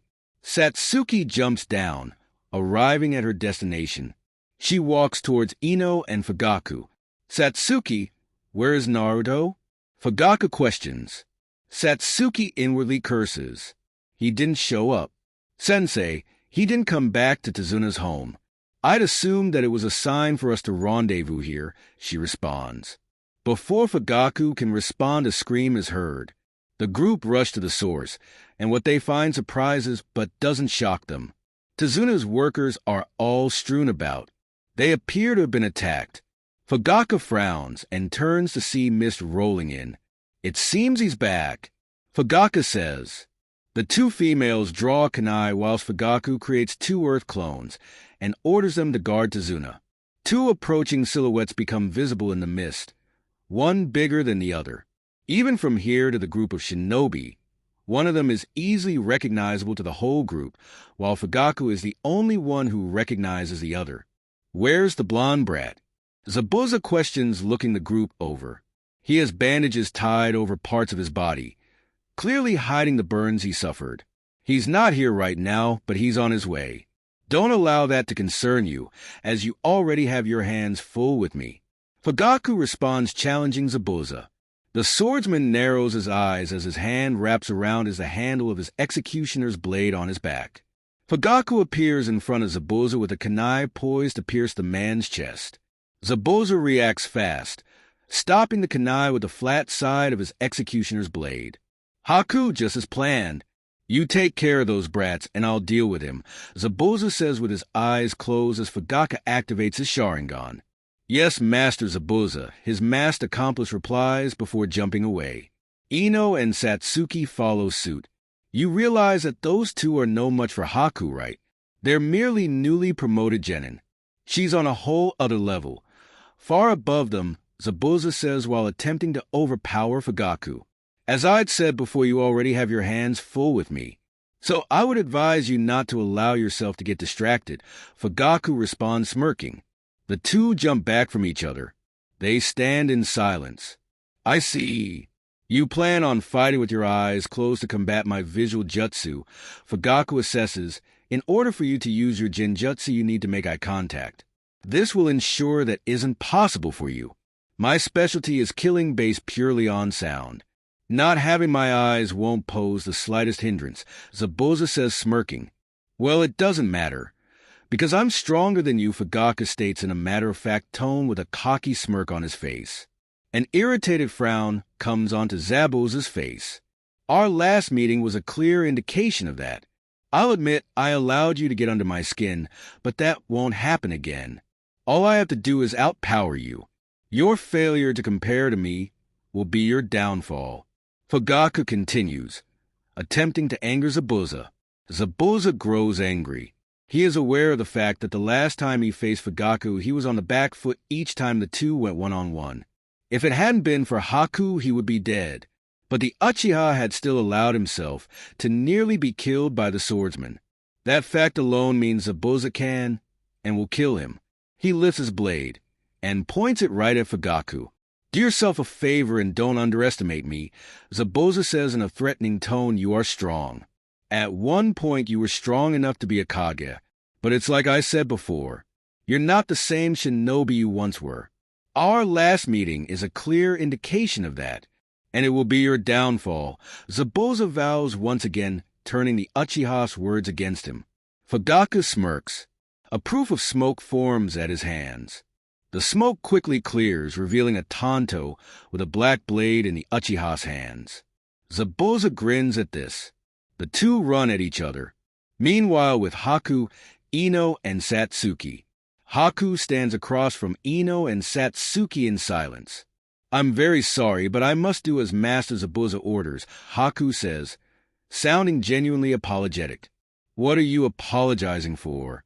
Satsuki says as she runs forward alongside Ino. "You're the one who's about to get her ass kicked." Ino says. The pair jump into the air. Ino unleashes a torrent of shuriken while Satsuki weaves through a set of hand signs. Fire style. Phoenix flower jutsu, small balls of fire emerge from Satsuki's mouth and set the shuriken alight as they head straight for Haku. The masked ninja sidesteps them only to be met with a kick to the back that sends her forward. "Fast," she says inwardly as she is sent forwards towards Ino. Water style. Water bullet jutsu, Ino yells as she sends multiple balls of water barreling towards Haku. They meet their target, who is sent in the opposite direction. Satsuki sidesteps Haku as she flies through the air and spin kicks her in the side. Haku lands on the ground and skids and rolls before stopping. With Fugaku and Zabuza, blades clash, resulting in a shower of sparks. Fugaku smirks at his opponent, as does Zabuza with his eyes still shut. The two battle for dominance. Zabuza pushes Fugaku back before lifting his blade and bringing it down in an attempt to bisect him. Fugaku brings his Tanto up, stopping the swordsman's attack. He tries to sweep the swordsman's legs out from beneath him. Zabuza jumps up and blocks the blade aimed at his stomach with the flat side of his executioner's blade. Fugaku breathes in and blows out a small fireball at point-blank range that heads for Zabuza's face. The swordsman's enhanced senses allow him to feel it coming, and he jumps and rolls out of the way. He jumps to his feet and skids to a halt. "At least you're smart enough to realize that even with those eyes of yours you can't hope to defeat me in a swordsman's duel, especially considering that my executioner's blade is far superior to that Tanto," Zabuza says, smirking. Fugaku smirks. "You disappoint me, Zabuza. It is true that your executioner's blade is formidable, but it is useless in the hands of an individual who cannot use it." Fugaku says. "It isn't the blade itself that is special, but what the wielder can do with it," Fugaku continues. Zabuza nods in agreement with this philosophy. "True, but what can you do with that blade?" he asks in a challenging manner. "Let's find out," Fugaku responds. He breathes out fire onto his Tanto. An orange aura surrounds it. Fugaku appears in front of Zabuza and swings at the swordsman's midsection. Zabuza jumps back, dodging the swing, while chuckling at the weak attack. Zabuza grunts as he suddenly clutches his stomach, which has suffered a burn. What is this?" He set his blade on fire. Zabuza is forced to go down under a swing for his neck. He jumps back as Fugaku swings at him again. Once again he is not cut but suffers a burn to his right leg. "This is what I can do," Fugaku shouts. With Naruto approaches Tazuna's home. After he had freed the captives at the warehouse, he had told them to return to their homes and to spread the word that Gato's oppressive rule will be over by the end of the day. After he had destroyed the warehouse completely before getting sick and vomiting in the bushes. Today is the first time he has ever killed anyone. He needs to hurry. Something in his gut is telling him this. He knows Satsuki already left. He has come here to ensure Inari and Tsunami are safe. His eyes narrow. He senses for chakra signatures inside the house. Inside Tazina's house. "Let go of me," Tsunami yells at the man who has grabbed her by the arm. He backhands her, sending her falling onto her backside. "I said you're coming with us," he says. Inari watches on in despair. When he'd heard a loud noise, he had come downstairs to see these two men trying to take his mother. "Leave her alone," he shouts desperately. All heads in the room turn to the boy. "Hey, nobody said anything about a kid," the shorter of the two says. "Doesn't matter. Take care of him," the one who has a hold of Tsunami says. The shorter thug complies, stepping towards Inari whilst unsheathing his sword. Inari's life begins to flash before his eyes. He sees himself growing up in the care of his grandpa and his mother. He sees himself nearly drowning and meeting Kaiser for the first time. He sees Kaiser dying and finally sees Naruto speaking to him. Become a hero. Inari narrows his eyes. The man raises his sword in the air, preparing to kill the boy. "So long, kid." Before he can bring his blade down, he suddenly hunches over. He feels even the strength to scream in pain leave him as Inari punches him in the groin. Inari kicks the man's legs out from underneath him, laying him out on the floor much to the shock of the other two people in the room. "You're so dead, kid," the man's is barely able to say while clutching at his injured gonads. "All right, that's it," the other thug says, getting up and stalking towards Inari. He stops at about halfway, dropping his weapon. "My eyes. What's going on? I can't see," he yells hysterically. He is allowed to say nothing else as he falls forward onto the ground. "Naruto!" Inari exclaims happily, seeing the blonde ninja standing over the now unconscious thug. Naruto smiles at Inari as he walks forward. The thug laying in front of Inari jumps back to his feet, gripping his sword. He prepares to make Naruto pay for taking out his partner, but before he can do so, he drops to his knees this time, yelling in pain, as Inari kicks him in the groin from behind. While he is curled up in a ball on the floor, Naruto chops the man in the neck, knocking him out as well. Meanwhile, Inari rushes towards his mother, who welcomes him with a warm embrace as the two tear up at nearly losing one another. Naruto smiles sadly at this scene. He walks towards the two who look up at him. "Inari, you did it. You became a hero," he says, smiling down at the boy. "Really?" Inari asks in awe, not having taken in all that had just happened. "Yeah, you put your life on the line to protect your mother. That's no doubt heroic. Your dad would be proud," he says. More tears flow down Inari's cheeks at these words. His mother, seeing this, hugs him tighter. Naruto creates 5 shadow clones. "They will protect you until it's all over," Naruto says as he walks towards the door. "By the end of this day, this nation will be free. I give you my word," Naruto says before shutting the door behind himself. With Satsuki, Ino, and Haku, Haku gets up onto her knees and hands. That was unexpected. Their teamwork is very impressive. She stands up and looks to see the two standing side by side. "Your teamwork is impressive. I've underestimated you. But now the time has come for this to end," Haku says to the two. "You're right," Ino responds while glaring. "Satsuki, let's finish this." The Uchiha female nods and the two charge forwards, intent on ending things so they can join their sensei. They skid to a halt as Haku steps back into the mist and disappears. The mist becomes thicker as this happens. They stand back to back, while each holding a kunai. Ice style. Demonic mirroring ice crystals. Haku's voice rings out through the mist. The pair of genin can only watch as mirror-like sheets of ice form in the air, creating a dome around them. There are 21 mirrors in total. 12 are at ground level. 8 float above the first 12 and are angled towards the ground, and the final mirror is above the rest and directly faces the ground. An image of their opponent is clearly visible in each mirror. "It ends now," the masked female's voice says once more. A hail of Sunban mirrors rains down from above on the genin. With Zabuza and Fugaku, Zabuza pants as his body drips with sweat. Fugaku is proving more and more difficult to fight against. Fugaku appears behind Zabuza. The swordsman whips around in an attempt to behead his opponent. Fugaku jumps back while swinging his blade. An arc of fire-style chakra emerges and heads straight for Zabuza. The former hidden Miss Shinobi moves out of the way, and although he doesn't take the full brunt of the attack, it grazes his side. He places feet on the ground, skidding to a halt. He touches his side and grunts. Another burn on top of the several ones, and cuts he's already suffered. Fugaku smirks, seeing the look of frustration on his opponent's face. You must have noticed it earlier. Unlike other swords, this one has a black-colored blade. That's because it's made of a special kind of, or I forge myself. It effectively conducts, makes use of, and even amplifies fire-style chakra. It can only be used by one who possesses a particularly strong affinity to fire style, such as an Uchiha. With this blade, I am able to do 3 things all at once: cut, pierce, and scorch, Fugaku explains with the smirk still present on his face. Zabuza frowns. Zabuza frowns. So that's how... Fugaku speeds forwards with his blade in hand. Zabuza weaves through a set of hand signs. Water style, water dragon jutsu.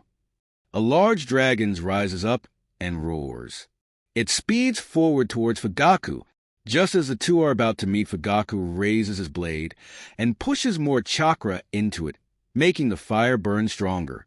He brings his tanto down, cutting the dragon in half. Zabuza gasps slowly in shock as his water dragon is bisected. Fugaku takes advantage of his opponent's shock and appears in front of him. He moves to stab the swordsman in the heart and end the battle. Zabuza curses as he realizes he can't dodge the incoming attack. "Avhhh," he yells as he raises his arm to stop the sword, and it embeds itself in it, piercing and burning him at the same time.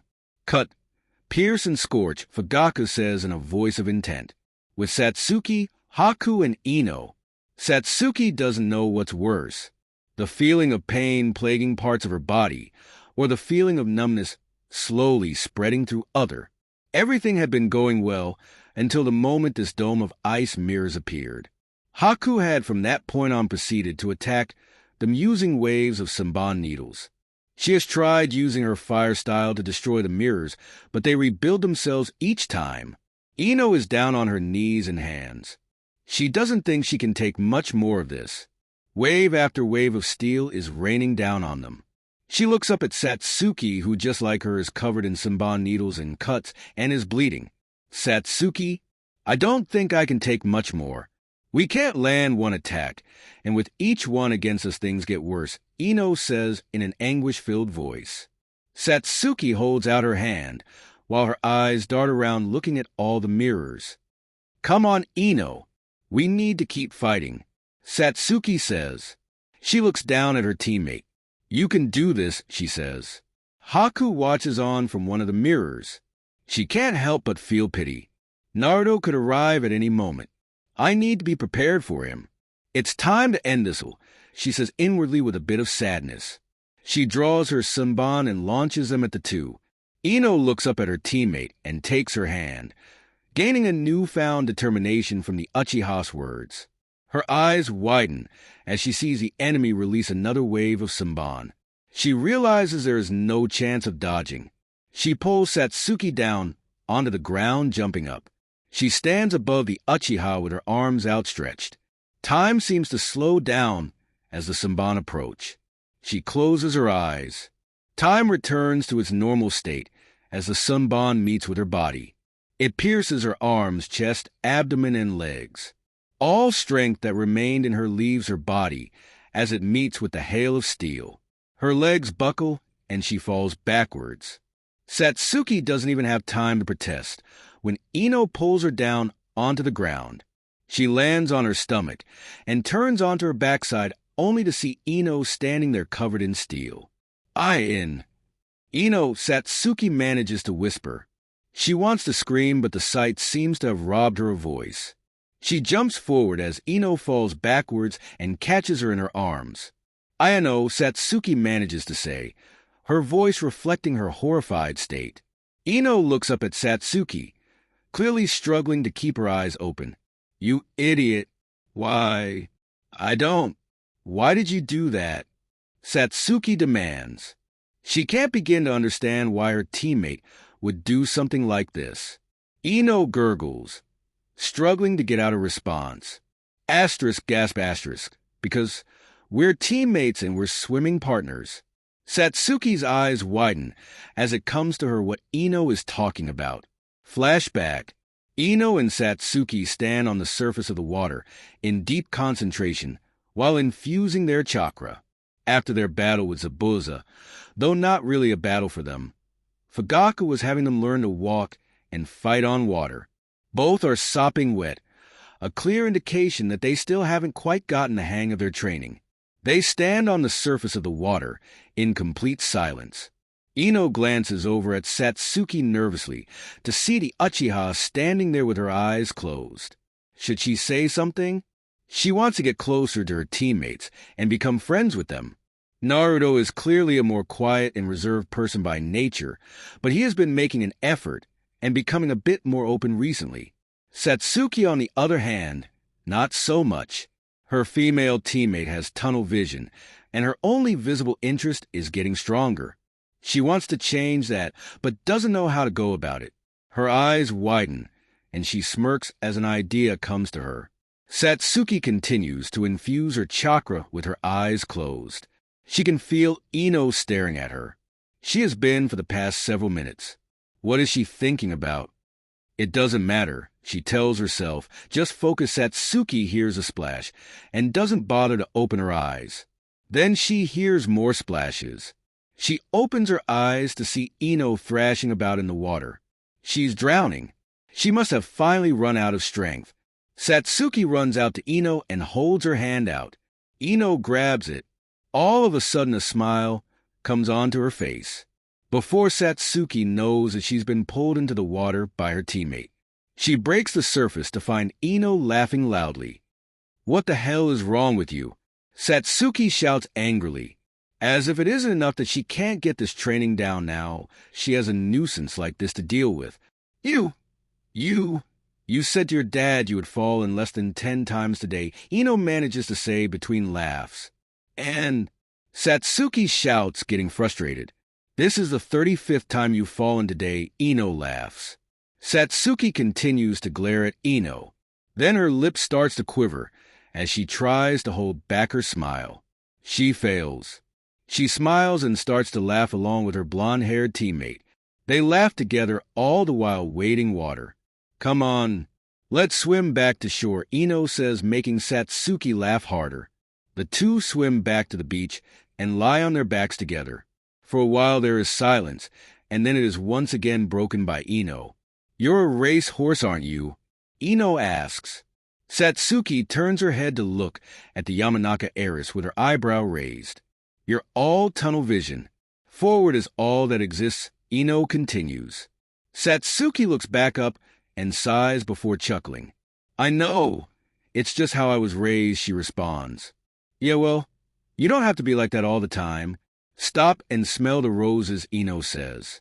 Well, it's easy for you to say. You're the floral expert, Satsuki says to Ino. It's the Yamanaka's turn to chuckle. She sits up and looks down at Satsuki with a serious look on her face. It's okay not to get everything perfect the first time. And until you get this down, and maybe even after, if you let me, I'll be your swimming partner, Ino says, smiling. Satsuki sits up looking at Ino and giggles. All right. Well, it's good to see you two hard at work, the pair of girls cringe. They both turn to see Fugaku standing next to Naruto with his arms crossed. Sensei, Ino says with a forced smile on her face. Fugaku sighs. You two go rest for the next couple of hours, and then head back to the bridge with Tazuna, he orders. He turns to his other student. Naruto, time to get to your training, he says, pointing out to the ocean. Naruto raises his eyebrow. Sensei, I've already mastered this, Naruto says, confused. You're very impressive, but you can always be better. We'll start with laps. There's a small island with 2 pine trees on it not too far from here. Get moving, Fugaku orders. Naruto sighs. He takes off his jacket before removing his tight jersey, rendering himself topless. Fugaka shows no outward reaction, though is impressed by his student's incredible physique, especially considering his age. He isn't muscle-bound or overly bulky, but still well-built. His arms are toned and well-sculpted, whilst his abdominal section is well-sculpted as well, with a six-pack clearly on display. Ino's mouth drops open as she grows beet red in seconds. She stares at Naruto in complete awe of his body. His face and hair aren't too bad either. Who knew Mema's older brother was so hot? Satsuki, unlike Ino, has the decency to try to hide her reaction, and though her jaw isn't on the floor, she is still as red as a tomato. She shakes her head. What is this? She's seen this sort of behavior on display plenty of times, but it's never happened to date her. Fugaka chuckles at the reaction of the two females on his team, particularly his daughter. Wait until Makoto hears about this. Naruto, meanwhile, as always, acts completely oblivious to it as he takes off flashback and, but most of all because we're friends. At least I think we're friends. We are friends, aren't we? Ino asks as she looks deep into Satsuki's eyes, searching for an answer before she is given one. Why, yes. Of course we're friends. Satsuki manages to stutter out as tears flow down her cheeks. She smiles at her friend in an effort to strengthen her somehow. Ino is the first friend she has had in years. Ino flashes her own smile, this one revealing joy and sadness at the same. She finally became friends with Satsuki, but she wasn't going to get to know the aloof girl more. I'm happy to hear that. I'm happy we're friends. Ino's glaze over and shut. She stops smiling. The grip she has on Satsuki's hand is released, and she stops breathing. Ino. Satsuki shouts in a panicked manner, hey, open your eyes. We're supposed to keep fighting. Come on. Please. Just open your eyes. Satsuki pleads as the tears begin to flow once again. No. This can't be happening. She's lost so many already, she can't lose Ino. Haku feels pity and guilt as she looks on at the scene. Though this is an ideal opportunity to finish the battle, she will allow the girl to mourn her fallen comrade. It will do no harm, as she will be dead in a matter of moments herself. Satsuki lays Ino's body gently on the ground. She stands up and walks past it with her head down. She looks up at the mirror in which the enemy lies and looks straight into her eyes. Haku's eyes widen in shock as she locks eyes with the jet-black-haired girl. Her eyes are now crimson red. The left eye has one tomo mark rotating slowly around her pupil, whilst her right eye has two tomo marks rotating slowly as well around the pupil. The Sharingan. She is an Uchiha as well. How could she have not realized sooner? It doesn't matter. Haku says to herself, now that her Kekkei Genkai is awakened, she may actually be dangerous. Now she really needs to end this. Before she can act, however, a figure appears in front of the Uchiha. It's him. Naruto appears in front of Satsuki. He looks right up at the mirror in which Haku is in to her surprise. His eyes are not the same as before. Now they are cold and evoke fear. Naruto? Satsuki says in a cold tone. Satsuki, Ino, is she? Naruto asks, not finishing his sentence, not having the strength to bring himself to ask. Get out of the way, Satsuki orders. I see. Naruto responds, let me finish this. I said get out of the way. You show up late, and you let Ino die, and yet you still want to play the hero? Satsuki says in a venom-laced tone, while glaring at Naruto's back. All of a sudden a burst of chakra comes from Naruto. The atmosphere changes as he is surrounded by a white aura. The ground beneath him cracks as Satsuki steps back, intimidated a bit. Haku's body stiffens as she sees that power on display once again. She draws her Senbon and launches them at him. Naruto infuses chakra and releases it in a burst, and the Senbon are blown away. Haku's eyes widen in shock as she looks around the dome and realizes that cracks are forming in the mirrors. How is this possible? She looks down to where Naruto is to see that cold and deadly look in his eyes once again. All of a sudden, he appears right in front of the mirror she's in. Acting fast, she attempts to speed to another mirror. He grabs her foot and tosses her down to the ground, not allowing her to do so. The impact results in a spiderweb of cracks. Naruto lands on the ground and watches as she sits up. He disappears and reappears in front of her with his fist cocked back. He unleashes a strong punch that destroys her mask and launches her to the other end of the dome. She rolls before skidding to a halt. He walks forward and stands by Satsuki's side, who is staring at him with a look of shock on her face. Naruto places his hands at his side and gathers wind style. It forms a ball that grows to nearly the size of his body. Wind style. Godly wind from the mountains, he shouts, releasing it and sending it right at Haku. Forgive me, Master Zabuza. I have failed with Zabuza and Fugaku. Fugaku pushes his blade deeper into Zabuza's upper arm. Zabuza's other arm that holds his executioner's blade has a tight grip on it from the Uchiha. Zabuza grunts as he can see the Tanto's blade is now protruding from the other side of his arm. He can feel it burning him. All of a sudden, the two shinobi feel a humongous spike in chakra. I told you he was on his way, Fugaku says, smirking. Zabuza kicks Fugaku in the gut, sending him back. He embeds his executioner's blade in the ground and pulls the now bloody Tanto out of his arm. Give it up. You are already hard-pressed against me, so there's no way you can hope to beat me with one arm. Fugaku advises. Zabuza frowns in response. Haku jumps down next to him. Her mask is gone, and she is covered in cuts and bleeding all over. Haku, forgive me, Master Zabuza. He was just too strong. He destroyed my jutsu, she says, falling to her knees. She had narrowly escaped.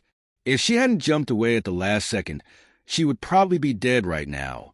Naruto and Satsuki appear on either side of their sensei, with Satsuki holding Ino in her arms. Naruto, why are you late? Fugaku questions, sounding stern. Forgive me, sensei. I had to deal with another gang of Gato subordinates. But I was able to gain useful and considerable information on his operations, including his whereabouts. And sensei, I detect a large amount of chakra signatures headed this way. Naruto responds. Fugaku nods at this. Dad, Satsuki whimpers out. Fugaku turns to see his daughter crying. He hasn't seen her cry in years. He looks down at Ino, who is in her arms, and sees Ino. It's only now he realizes that she isn't breathing. His face darkens. How could he have let this happen? What is he going to say to Inoichi? He turns to Zabuza and Haku and steps forward, intent on ending them both here and now. All of a sudden, he hears the tapping of a cane echoes across the bridge, breaking the silence. Well. It seems the demon of the hidden mist was nothing but hype after all. A voice is heard saying, a short man emerges from the mist. What are you doing here, Gato, and what the hell did you just say to me? Zabuza questions angrily.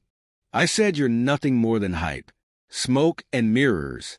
I gave you a simple mission, and you failed.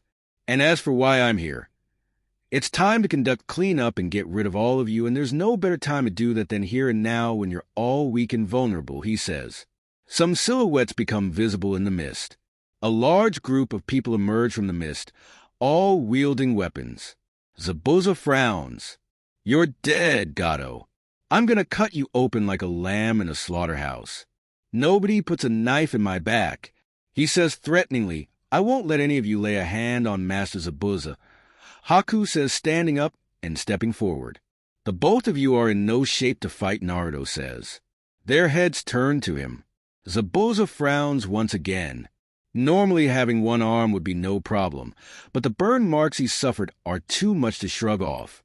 Haku is bleeding quite badly, and though she's trying to hide it, she's struggling to stay on her feet. Sensei, Naruto says, stepping forward. You and I will handle this, he says, whipping out a pair of kunai.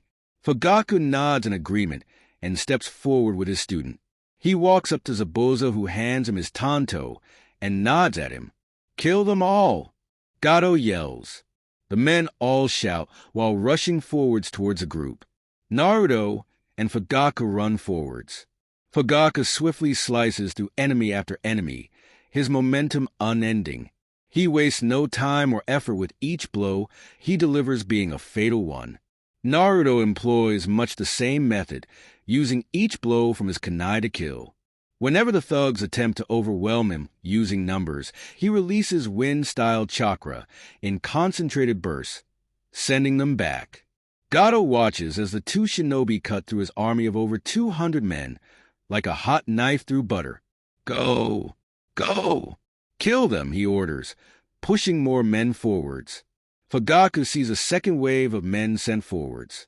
Naruto disappears, needing nothing else to be said. Fugaku weaves through hand signs. Fire style, fireball jutsu. He blows out a humongous fireball that spans the width of the entire bridge and swallows several mercenaries. They can only scream as they are incinerated. Gato gasps as he sees more than half of his army killed from one attack. He begins to step back. Get me out of... He turns to see all 4 of his bodyguards laying on the ground with their throats slit open. Before he can say or do anything, Naruto kicks him square in the face, sending him onto his backside. "H," he cries, clutching his now broken nose. Despite the tears in his eyes, he can clearly see Naruto walking towards him.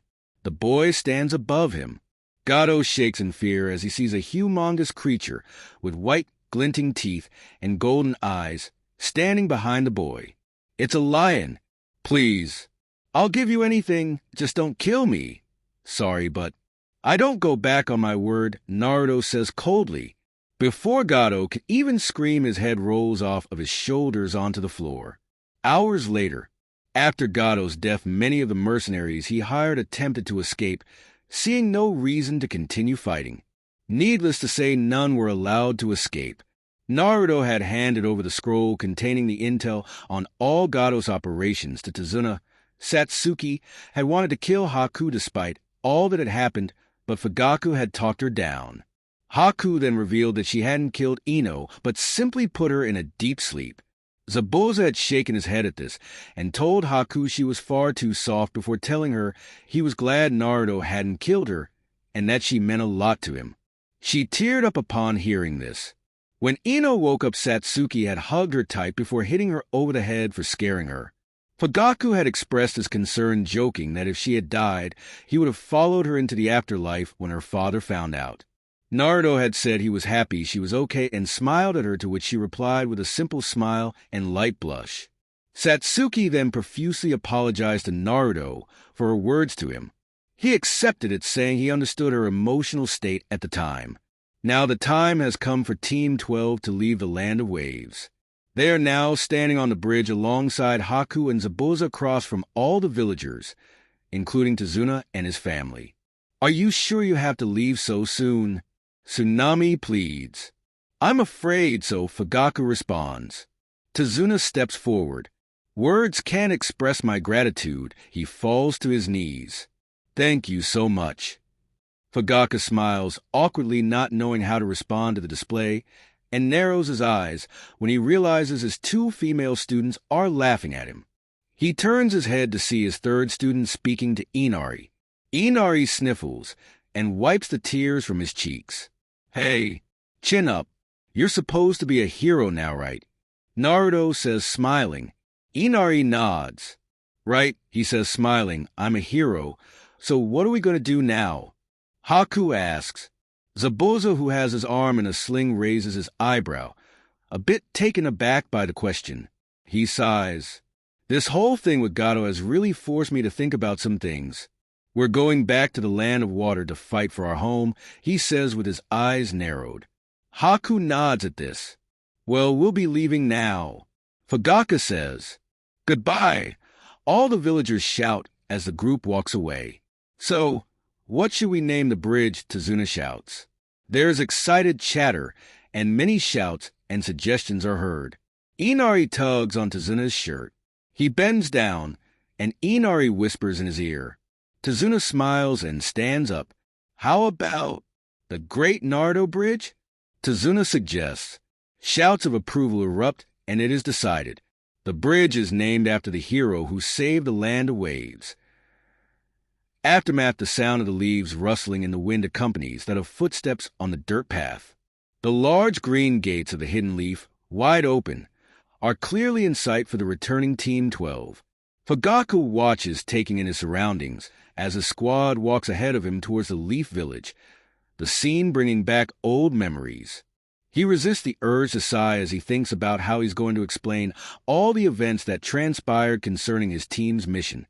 He's not worried about Minato. He can handle the Hokage. It's his wife he's concerned about. When she hears he pursued a mission above his team's assignment grade and potentially put their daughter in danger. The wave ordeal hopefully, though, had done some work in opening his team's eyes to the realities of the shinobi world. It had certainly opened us up a bit to a reality of his own. I can't believe it took me so much trouble to take down Zabuza, the Uchiha patriarch says, inwardly scoffing to himself. Minato was right. I am rusty. Unacceptable, he shakes his head. Ino, in contrast to the contemplative frown on her sensei's face, has a smile on her face as she lays eyes on the entrance to her birthplace, elated to be back home.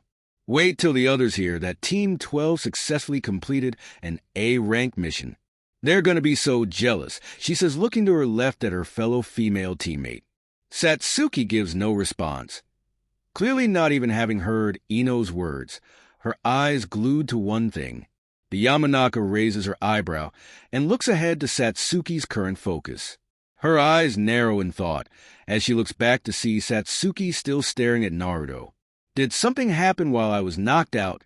Ino asks herself. Satsuki doesn't spare the village a glance as her eyes stay on her blonde male teammate, her mind on what she had witnessed from him. An enemy ninja, no doubt high Chunin level at least, had overwhelmed both her and Ino to the point of toying with them, and he had shown up and in a matter of seconds defeated Haku and nearly killed her. She wasn't sure before, but she is now. Naruto is surely the strongest ninja in his graduating class. He must be. No one her age in the village is capable of such things. It baffles her how he was able to hide such strength for so long, known widely as a hopeless dunce who lacked the talent all others in his family had. That was yet another thing that confused her. Her immediate assumption was that if Naruto is this strong, it's surely because of training he received from his parents, but upon closer inspection, it seems less likely that's the case. Naruto doesn't fight like Menma, Mito, or Yayoi at all. He doesn't use the same taijutsu style as the three, and doesn't have the same jutsu in his arsenal they do. It looks as though he was trained entirely differently. Just where is all this strength coming from, and why do you seem so desperate to keep it hidden? She asks, watching as the blonde walks ahead of his teammates, opening up a water bottle. I will find out just who you are, Naruto Uzumaki Namikaze. Naruto takes a sip from his water bottle, well aware of the two pairs of eyes on him. He wipes his mouth with the back of his hand. One pair has only just begun staring, but the other has been on him for what seems like ages now. He can't be sure why Satsuki is staring at him. He can only guess. She had seen him unleash his power, take down and try to kill Haku and kill all those mercenaries on the bridge during the mission. Is she scared of me now? He asks himself. He hopes not. What a pain that would be. He'll have to try read her body language later, when face to face with her. Dirt path becomes stone as Team 12 step back into the village hidden in the leaves. Team 12 reporting back from... The team's leader doesn't finish his sentence as he is met with an unpleasant sight. The two gatekeepers of the village fast asleep. You guys pick up the pace and make your way to the tower. I just need a few moments, Fugaku says to his students. The three genin comply, taking to the rooftops. Fugaku steps forward to stand right in front of the sleeping Chunin, one of them clearly snoring. He slams his fist onto the wooden desk their heads rest on. Kotetsu jumps in a startled panic from the sudden awakening, falling off of his chair onto the floor. Izumo wakes up in a fright to come face to face with a frowning Fugaku Uchiha. Lo, Lord Fugaku, I see you returned from your mission. What took so long? Izumo nervously chuckles. The Jonin doesn't respond, simply frowning at him for what seems to be ages. Fugaku looks down at the chair Izumo is sitting on and back at the Chunin. The boy takes the hint and jumps to his feet. Kotetsu moans as he gets up. What the hell, man? What's the big eye? He finishes slowly, finally seeing who gave him his rude awakening. Lord Fugaku. Welcome back, he says, gulping, standing upright, and to attention like his partner. Fugaku looks both of the Chunin up and down as they swept bullets. He reaches over the desk and grabs both the chairs they were sitting on and looks both of the young ninja over before finally speaking. If I ever catch the two of you asleep on duty again, he says in a low, menacing tone. The Jonin Uchiha disappears in a poof of smoke, not bothering to finish his sentence.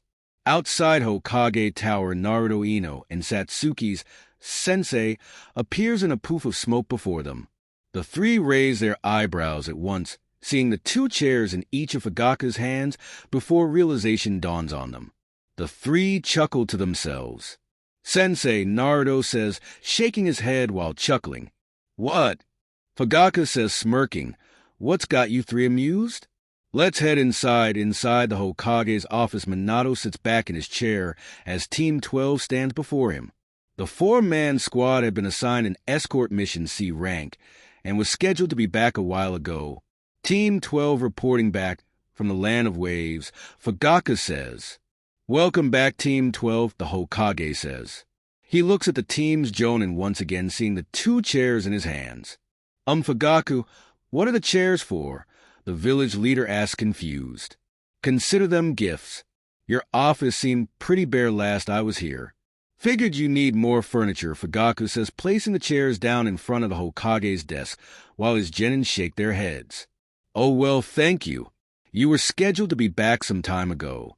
I imagine some complications arose during your assignment, Minato says, leaning forward. Yes. Due to unforeseen circumstances, including the involvement of Chunin and Jounin level ninja, the C-rank mission assigned to us escalated into an A-rank level assignment, Fugaku says, causing Minato's eyes to widen in shock. I see. Why is it you were unable to return to the village sooner to blacklist the mission requester? Because I took the decision to continue with and complete the mission, Fugaku says calmly. The fourth's eyes narrow. You chose to pursue an A-rank level mission with a team of genin, newly promoted at that? How could you be so irresponsible? The village leader asks, raising his voice in his last sentence. Fugaku doesn't flinch or show any emotion. Lord Hokage Naruto says, directing the attention of everyone in the room to himself. It wasn't Fugaku sensei's decision alone to continue with the mission. I was dash. Silence, Naruto, Fugaku says, interrupting the blonde. The two of you Oswell, he says, glancing at his daughter, and Ino, who also look ready to spring to his defense. He turns back to face Minato. I'm the Jonin commander of the squad. The decision to continue with the mission was mine, and mine alone. Fugaku says calmly, his eyes locked with Minato's. The two stare at each other for what seems like an age to the other three in the room. The Hokage sighs, finally breaking eye contact with Team 12's leader to look at the genin. The three of you are dismissed. Excuse us, the village leader says. The three don't move, awaiting the instruction of their teacher. Leave, he says, giving it. Go home and get some rest. The three reluctantly leave the room, the only sound in the office being that of their feet. It is only when the door shuts and footsteps down the corridor are heard that words are spoken again in the office. Explain, Minato says, with Naruto, Ino, and Satsuki. Do you guys think Sensei's in trouble? Ino asks, worriedly looking to her left at her teammates as they walk down the corridor. I don't know, Naruto says. There's nothing we can do about it. Elsewhere in the village, a man looks about himself, nonchalantly, hands in his pockets. He is dressed in the standard attire for Shinobi of the Leaf. An obvious difference, however, is the navy mask on his face that hides the lower part of it. The only visible part of his face is his left eye, the right obscured by his headband titled over it, which also somewhat holds in place a shock of white spiky hair. Kakashi Ataki should be with his team of genin right now, but he isn't. A shadow clone is instead, one that no doubt took its time getting to his students. Instead, here he is standing in front of the fridge in someone else's home. A few items are here, including a few bowls of ramen and pasta. Unsurprising. He'd taken some time to examine the Kikden cabinets, and the individual who lives here has a clear fetish for these foods. He closes a fridge and walks back into the living room. He sits down on the sofa and lounges back, flipping out a bright orange book with the words, "Make out Paradise" on the cover, opening it and quietly giggling to himself. Having already given himself a tour of the place, he'll make himself at home while he waits for his host to arrive. With Naruto flies forward, jumping from tree to tree. He's not heading home. Not yet. He jumps down onto the ground in a clearing, his training ground. Once word had spread he was using this place, people quickly began to stay away from it. As a result, no one is ever here. He walks towards an isolated tree in the clearing, his surroundings filling him with nostalgia. He relishes the feel of the wind on this hot, clear day. He stands in front of the tree, which has grown to be very large.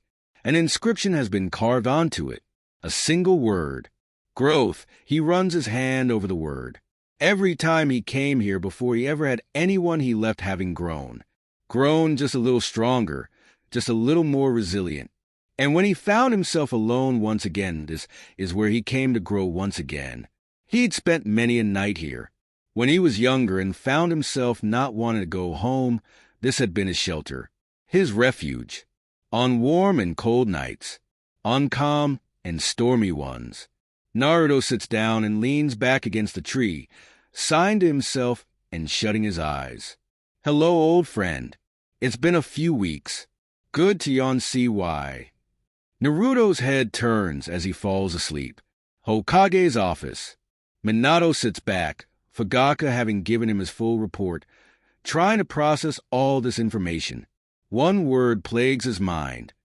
Naruto really did all that? He asks, staring at one spot on his desk, not looking up at Fugaku. "He sure did," responds the Uchiha, who is now sitting back casually in one of the chairs he brought in. He looks at his childhood friend closely, seeing him deep in thought. "Minato, I think you owe me an explanation," Fugaku says, causing the Hokage to look up at him. "When you first told me to watch Naruto closely and report back to you, I thought it was because you simply wanted to be kept updated on his progress, since you already have Kushina watching over your other 3 kids. But all I've seen from him, and the way you're reacting to me telling you about his strength, tells me you didn't know at all what your son is truly capable of," Fugaku says. Minato frowns and looks down again in response. "That boy. I thought at first that his immense ability was because of you and Kushina training him. But after seeing more of him, I'm sure it isn't the case. He doesn't fight like either of you. He moves and strikes differently. Even his ninjutsu aren't the same as yours. It's like he was taught by someone else entirely. Tell me, Minato, why was Naruto not trained by you and Kushina? How is it that despite this he's likely the best genin in the entire village? And why is it you don't know what your own son is capable of?" Fugaku asks. Minato stands up from his desk, turning and walking over to the window of his office, looking over the entire village. "Thank you, Fugaku. You can leave now." The Uchiha patriarch frowns at this response. He stands up and departs without another word. Yamanaka clan compound. Ino gulps nervously as she sits in the living room of her home, watching her father sit in silence after having told him all about her mission. Inoichi stares at the ground, clenching his fists so tight his knuckles turn white. He stands up and makes his way out of the room. "Tell your mother I'll be back in time for supper," he says, exiting. "Wait, Daddy.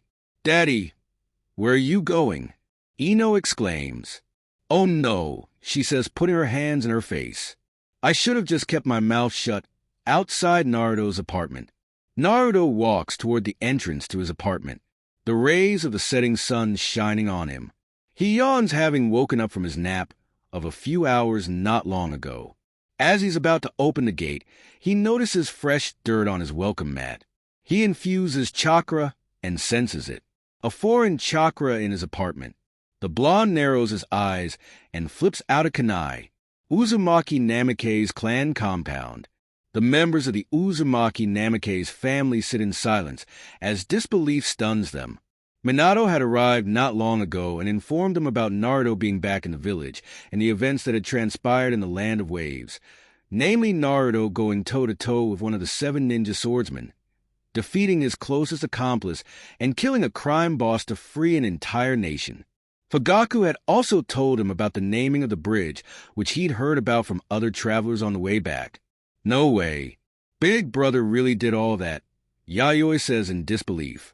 She knew Naruto to be the weakest of his entire class, and yet here her father was telling her he faced one of the 7 ninja swordsmen and held his own. A feeling of pride swells up in her as she smiles. Big Brother's stronger than before. How? Mito shakes her head in disbelief and recognizes the burn of a little jealousy. Naruto, the dead last, had faced one of the most feared men in the shinobi world and made a hero of himself. So there is more to her brother than she first thought. Menma scoffs to himself inwardly. No way. There's no way the dead last. The loser Naruto went toe-to-toe with one of the 7 ninja swordsmen and saved a whole nation. And yet here his father is saying he heard it from Sasuke's dad himself. Menma frowns. Perhaps it must have been chance, luck. Or perhaps not. So the loser's actually improved for the first time in his life, Menma chuckles inwardly. Naruto can enjoy doing something of note for once in his life. Doesn't matter to him. He still doesn't compare to someone like Menma, who's the best damn genin in the whole village, and the best leaf shinobi of his generation. I don't care what he did. He still doesn't hold a candle to me. Kushina's hair begins moving, as though it has a life of its own as rage overtakes her. The others in the room, seeing what this means, grow nervous. What? You mean to tell me that bastard Fugaku put my baby boy in danger? Kushina exclaims. She begins to make a beeline for the door, intent on making her way to the Uchiha clan compound. Kushina, calm down, Minato says, standing in her way. Get out of my way, Minato. I'm gonna give that smug asshole what for, she yells, raising her fist. Minato gulps nervously at this. Calm down. I've already spoken to Fugaku. Naruto is perfectly fine and safe. Nothing like this will ever happen again, Minato pleads. Kushina sighs deeply as her hair straightens out. All others in the house breath a collective sigh of relief. Potential disaster having been averted. Uchiha clan compound. Come in, Fugaku utters. The sliding door of his office slides open. There stand Satsuki and Inoichi. Lord Inoichi to see you, Dad, she says as the Yamanaka walks in. Inoichi closes the sliding door behind him and turns to Fugaku with a frown on his face. Fugaku is about to ask the Yamanaka to sit, but his guest speaks before he can.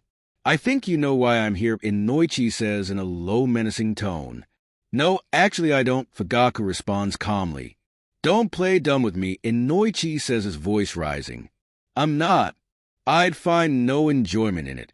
You pursued an A-rank mission with a team of newly promoted genin Fugaku. You recklessly endangered the lives of your students, he says, now shouting.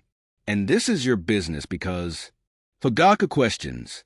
It's my business because one of those genin is my daughter, the Yamanaka clan head responds. Fugaku takes a sip from his glass before speaking. Your daughter is a shinobi, Inoichi. She could die at any moment. If you're not prepared for that possibility, you never should have allowed her to become one, he says calmly. I am. What I'm not prepared for is the possibility of her losing her life because of the gross negligence of her own teacher. Inoichi yells. Fugaku gets up and walks towards the Yamanaka patriarch, standing face to face with him. Ino is my student, and I'll protect her with my life. She might be your daughter, but she's my soldier. I'll order her as I see fit, Fugaku says, still as calm as when Inoichi first walked in. The blonde puts his finger on Fugaku's chest, clearly becoming more enraged. You listen here, pal. If anything happens to my daughter because of you, I'll dash you'll what? Fugaku says in a lower tone, his eyes narrowing and his face revealing real emotion for the first time in the interaction. Inoichi continues to frown, but removes his finger from Fugaku's chest. Didn't you hear what I just said? I'm about to have dinner with my family, so unless you plan on joining us, leave. Fugaku says plainly. Inoichi scoffs and leaves. pushing the sliding door open and leaving it open as he departs. Inside Naruto's apartment, Kakashi feels the cold steel of a kunai knife press against his neck. Kakashi feels the cold steel of a kunai knife press against his neck. It's about time, Kakashi says calmly, his eyes still glued to his book. Naruto takes the knife off, placing it back in his weapon's pouch. Kakashi Ataki, how nice of you to clean your feet before breaking into my house, Naruto says menacingly. Naruto walks around the sofa to come face to face with the famed copy ninja, who continues reading his book a bit before looking up at Naruto, as though there's nothing strange about the situation. What do you want? Naruto asks. Not as they appear that of the full moon and stars above is the only light visible. This, coupled with the mist, makes it difficult for Naruto to see. Sensei. The boy calls out to the figure dressed in white walking ahead of him. The figure continues to walk, his words seemingly not registering. Sensei. The blond boy calls out as he gives chase, seeing the figure immersed in mist, only the outline of its silhouette hoop being visible. He runs, the figure somehow eluding him despite its calm walk compared to his sprint. He emerges from the mist and looks behind himself to see it completely gone along with the trees and forestry of before. The full moon and stars still hang in the clear sky as he stands in a deserted street. He looks ahead once again at the figure, now hooded in black rather than the white from before, which has now come to a stop. Sensei? Naruto repeats, his voice now laced with uncertainty. The figure turns, its face hidden in the shadow cast by its hood, the only visible part being a single eye with 3 atomo pattern around its pupil, glowing a fierce red in the darkness. The figure pulls off its hood, revealing the face of a boy, likely in his early teen years. His jet black hair is tied back in a low ponytail, and his face is framed by center-parted bangs that extend to his chin. Long, pronounced tear troughs adorn his face and sit beneath his eyes, which bear the same tomo pattern and glowing red. The boy puffs his cheeks and brings his head back before bringing it forward and opening his mouth, releasing a large fireball. The orange ball of flame lights up the alley as it cannons toward Naruto. The blond boy can only let out a blood-curdling scream as the flame meets his body. Naruto sits up suddenly in his bed, gasping for air. The blonde places his hand on his forehead, feeling it wet to the touch with sweat, all the while attempting to steady his breathing. He lays back once again, not close his eyes, afraid of what his mind might show him. He's been having the same dream for years now, and yet he never seems to get used to it. It always has the same effect on him. He stares at the white ceiling of his bedroom, his breathing finally under control as he attempts to steer his mind away from its current state and let it drift to other thoughts. Flashback. Hey Naruto. It's been a while, Kakashi says casually. I never even got to congratulate you for becoming a ninja. Naruto clenches his jaw, trying to keep calm met with the sight before him. A man breaking into his home and trying to be friendly with him. What can I help you with? Naruto responds. Kakashi glances down at his book for a few seconds, looking back up this time at the view of the village visible through the glass. Rooftops littering the horizon, and the stone faces of the village leaders visible in the far distance. Since when haven't you been living with your family? Kakashi questions. Naruto resists the urge to scoff at this. Of course. This is the reason for Kakashi's visit. Did the Hokage send you here? The blond boy asks, crossing his arms. No. Sensei doesn't know I'm here, the masked shinobi says, taking note of the boy's wording. You haven't answered my question, Kakashi utters. You broke into my home. I'm not under obligation to answer anything from you, Naruto retorts. The pair of blue eyes and single black eye in the room stare into one another for a few moments of silence. If you want to speak with me, you approach me like a normal person. You knock on the door. This is disrespect I won't stand for. Get out, Naruto coldly says, pointing at door. Kakashi's body language remains relaxed, his lone visible eye not betraying a single emotion. All right, he says, standing up, I can tell you're in a bad mood. You've clearly had a long day. I'll come back some other time, Kakashi says, looking at the boy who, stares right back at him. Those eyes, the masked shinobi says to himself, staring into the blond boy's cerulean orbs. Eyes that behind a cold, blank stare he could tell held both sadness and anger. Sadness and paranoia akin to that of an abused stray animal that trusted nothing and no one. A kind of fear that revealed itself in territorial and defensive behavior, like that on display now. Anger and rage akin to nothing he could say he'd seen before. Nothing as deep as the black pits of those irises. "Have a good night now," Kakashi says, throwing up a two-fingered salute before a cloud of smoke bursts from his position, only momentarily remaining present before dissipating, revealed the Jonin to be gone. Naruto places his hands in his pockets, staring at the spot that Kakashi had been standing on for a few seconds before turning and walking to the large glass screen of his living room. He looks out over the roof-littered horizon, seeing the famed great stone faces and the red tower of the Hokage in the distance, and narrowing his eyes. Flashback, and Naruto pulls open the sliding door of his bedroom balcony, the sound of the hawk that had been on it having cut through and interrupted his thoughts. He bends over and picks up the green scroll, examining it, before pulling it open and reading it in the light of the rising sun. "Morning, Naruto. I wanted to let you know that you have the next few days off in light of recent events. Use them wisely for rest and recovery. I'll be letting you know when we'll be meeting up again." Fugaku Naruto breathes a heavy sigh, leaning back against his sliding door looking out at the golden morning sun. Creeping up on the horizon, the darkness of the night sinking away from the edges of the sky. Sometime the train alone will indeed be relished. His fights against Zabuza and Haku have made him appreciate more that he has a long road to walk to his desired level of strength. He'd been able to defeat the ice user and her jutsu due to going into that state, something that for the time being, for his safety and that of his comrades, he can't rely on. Uchiha clan compound Sasuke lays in his bed, staring at the ceiling, his mind on the same set of thoughts, the return of his father and Satsuki and the circumstances of their mission. Flashback, Sasuke stands across from Menma's older brother, the noise of his classmates ringing throughout the grounds. "Go, Sasuke. Teach that loser a lesson. Kick his ass." Sasuke watches as Menma's brother stands across for him, awaiting the order of Irika, his body tensing, his opponent not even into a battle stance either. "Ready? Go." Irika calls out. A few seconds pass. One moment the two boys are standing across from one another. The next Naruto is laying on his back on the ground, with Sasuke gripping the scruff of his collar and a fist cocked back at the ready. A shocked silence falls over the grounds in contrast to the noise of a few seconds ago. Then a few whispers and murmurs call out in surprise. "Whoa, so fast." Just like I thought, Sasuke looks at the blond boy beneath him. Narrowing his eyes, he didn't flinch or tense for a moment when I came at him, he says inwardly the whole time, and even now his body is completely relaxed.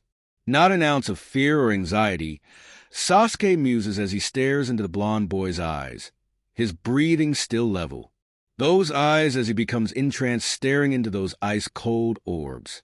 Naruto raises his eyebrow. "Hey, it's over. Get off," he utters plainly. Flashback end. Sasuke opens his eyes, once again met with the ceiling. "I was right about you." The Uchiha jumps out of his bed. He'll have to confirm his suspicions, and all he's heard himself. "Village center, that really happened? No way." Kiba exclaims, looking at his best friend with disbelief. "That's what Dad said." Menma responds, looking ahead while walking with his hands in his pockets. "It must be some sort of mistake. Nearly none of it sounds right. Ino's never been all that serious about being a ninja, just about decent. But Naruto's hopeless. That loser was lucky to even graduate.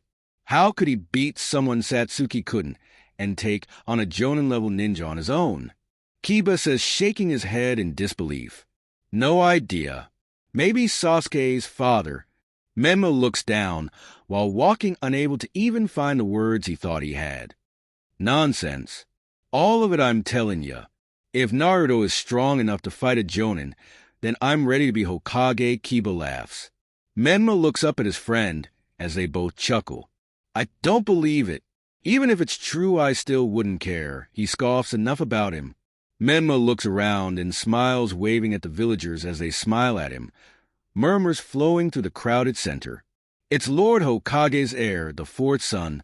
Say, is that... Kiba points ahead to a figure in the crowd. Menma looks to where his friend's finger is pointing, and it takes him a few moments to realize who it is that he looks at Kiba as they smirk at each other. See you later, bro, Menma yells as he runs ahead. Team 12 Training Ground Ino and her sensei stand across from one another in silence. The messenger hawk that had woken her up this morning had told her to report for duty as normal. She'd done so only to find she is the only one of her teammates present. The reason I asked you here today and not your teammates is because what I have to say directly concerns you, Fugaka says, the usual stern expression on his face. Ino groans inwardly. Damn it, Dad. What did you do, Sensei?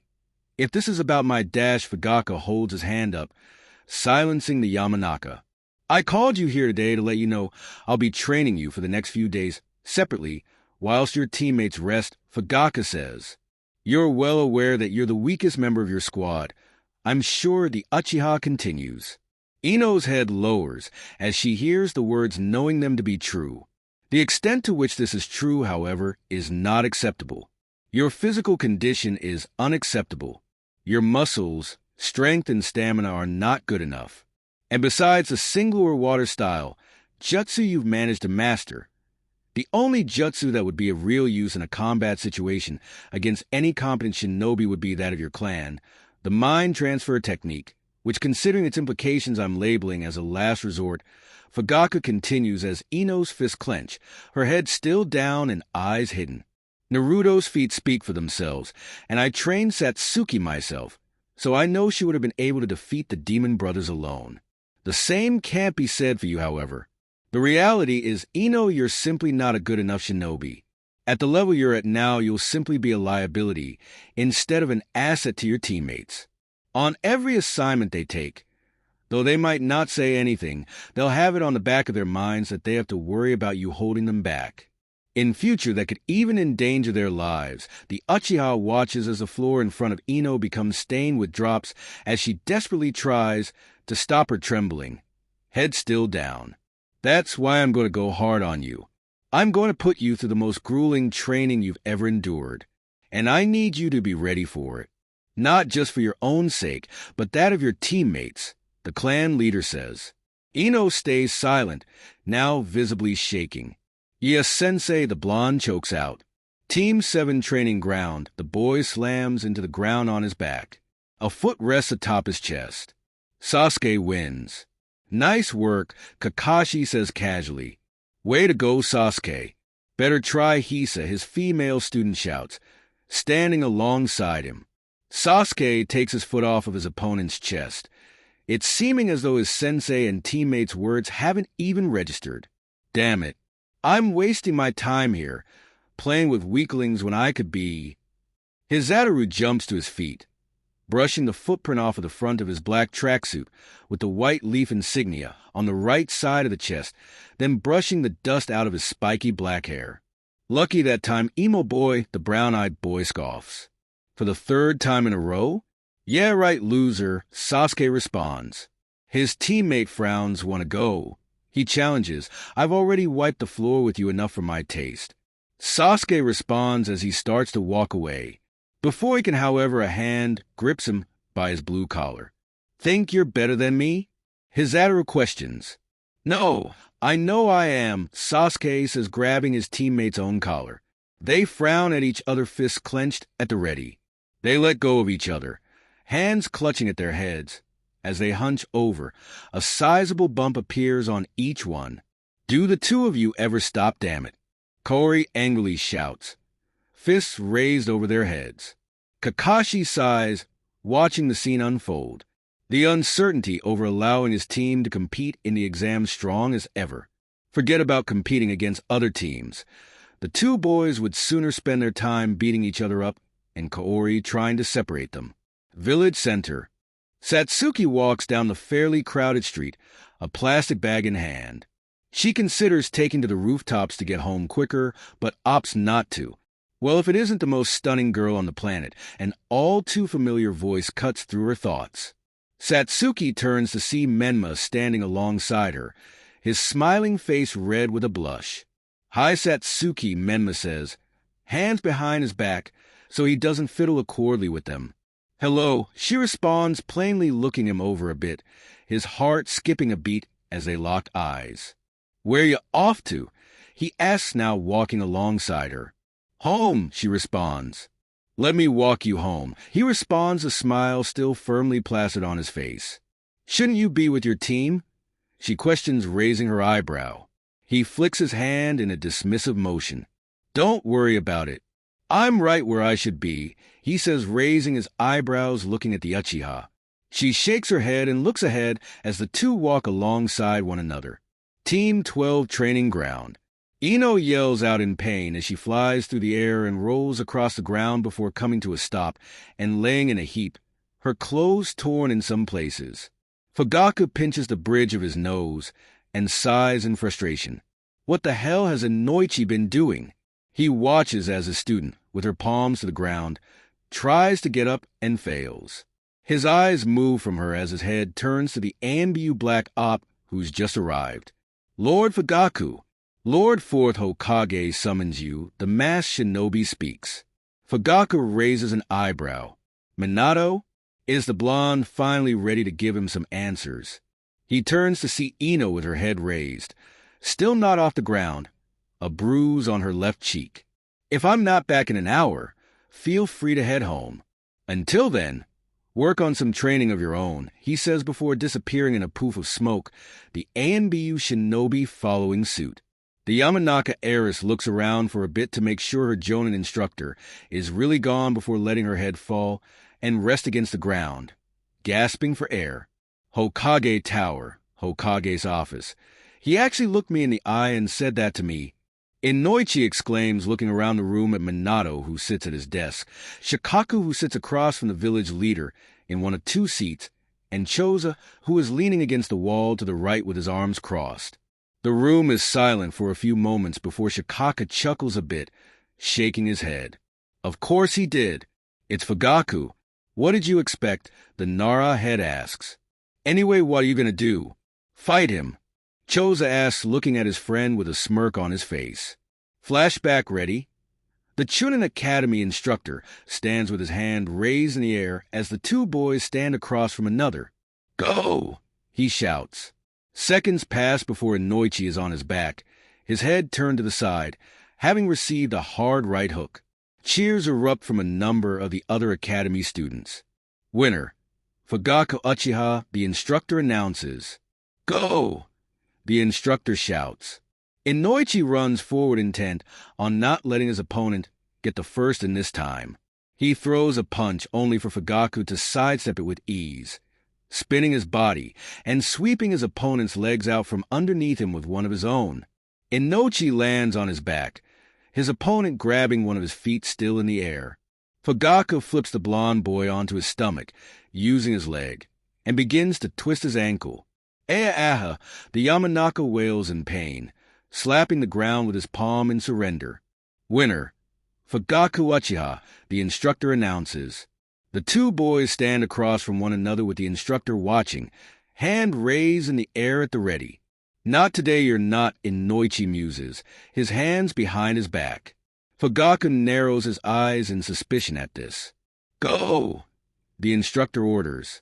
Inoichi removes his hands from behind him, holding them in a triangle formation out in front of him. "Mind transfer jutsu," he shouts. His subconscious leaves his body, making a beeline for the Uchiha. "That's..." Fugaku muses, recognizing the technique from his hours of studying. The boy jumps to the side, successfully averting the jutsu, his opponent's subconscious missing him. He runs forward, his opponent's eyes having rolled into the back of his head as his body slumps and falls onto its knees. "Hey, wait. He's already undashed. Ewa," Fugaku shouts, drowning out the instructor's voice as the fist he cocked back flies through the air and slams square into the unconscious Yamanaka's face, laying him out onto his back. Flashbacks end. Chuckles and giggles fill the Hokage's office, all in the room except Inoichi laughing. The Yamanaka looks around the room at his childhood, friends a deadpan expression on his face.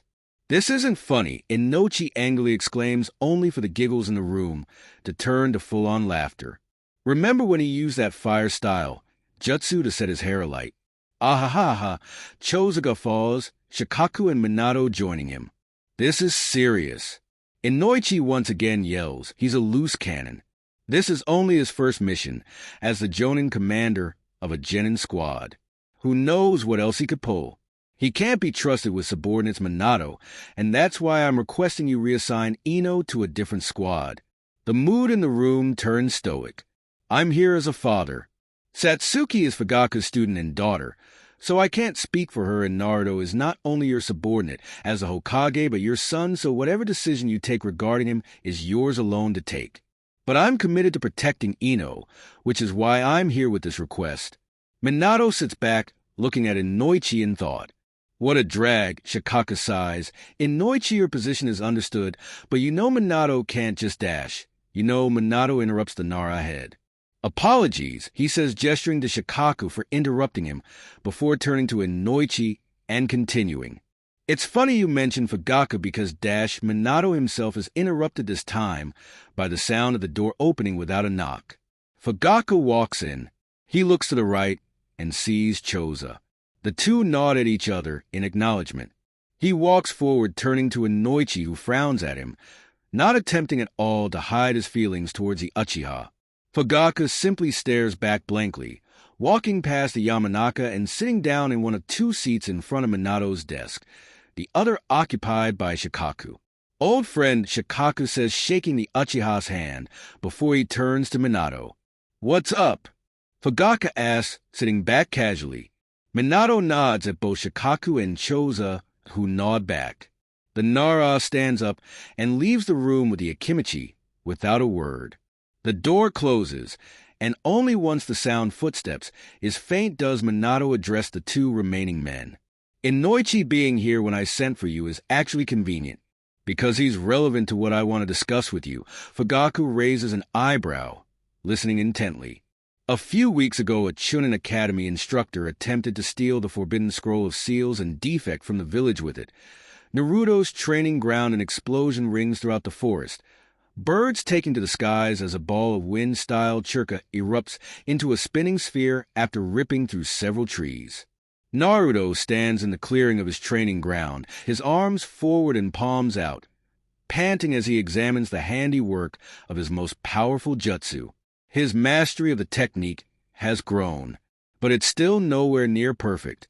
His sensei was capable of forming them faster and with one hand. Naruto brings his arms down, staring at the palms of his hands.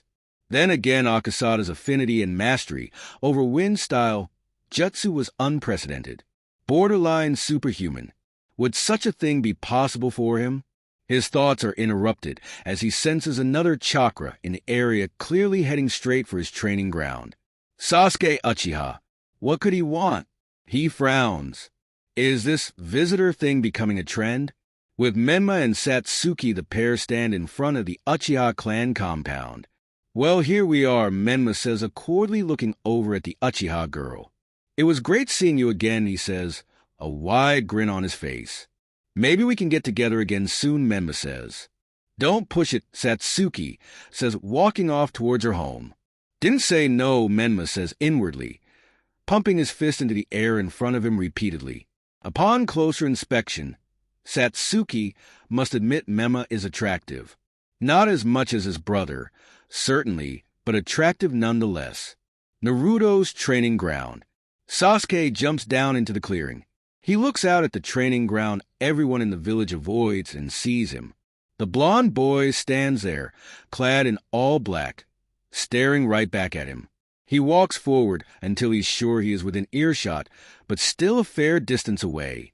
The two stand across from each other in silence, the trees, shaking in the wind, being the only sound that fills the clearing. Sasuke casts a glance behind the subject of his interest, and his eyes widen as he sees the other end of the clearing. Some of the trees are shredded and ripped apart, laying in a row that comes to a stop at what appears to be a pit in the ground. What kind of jutsu could have done that?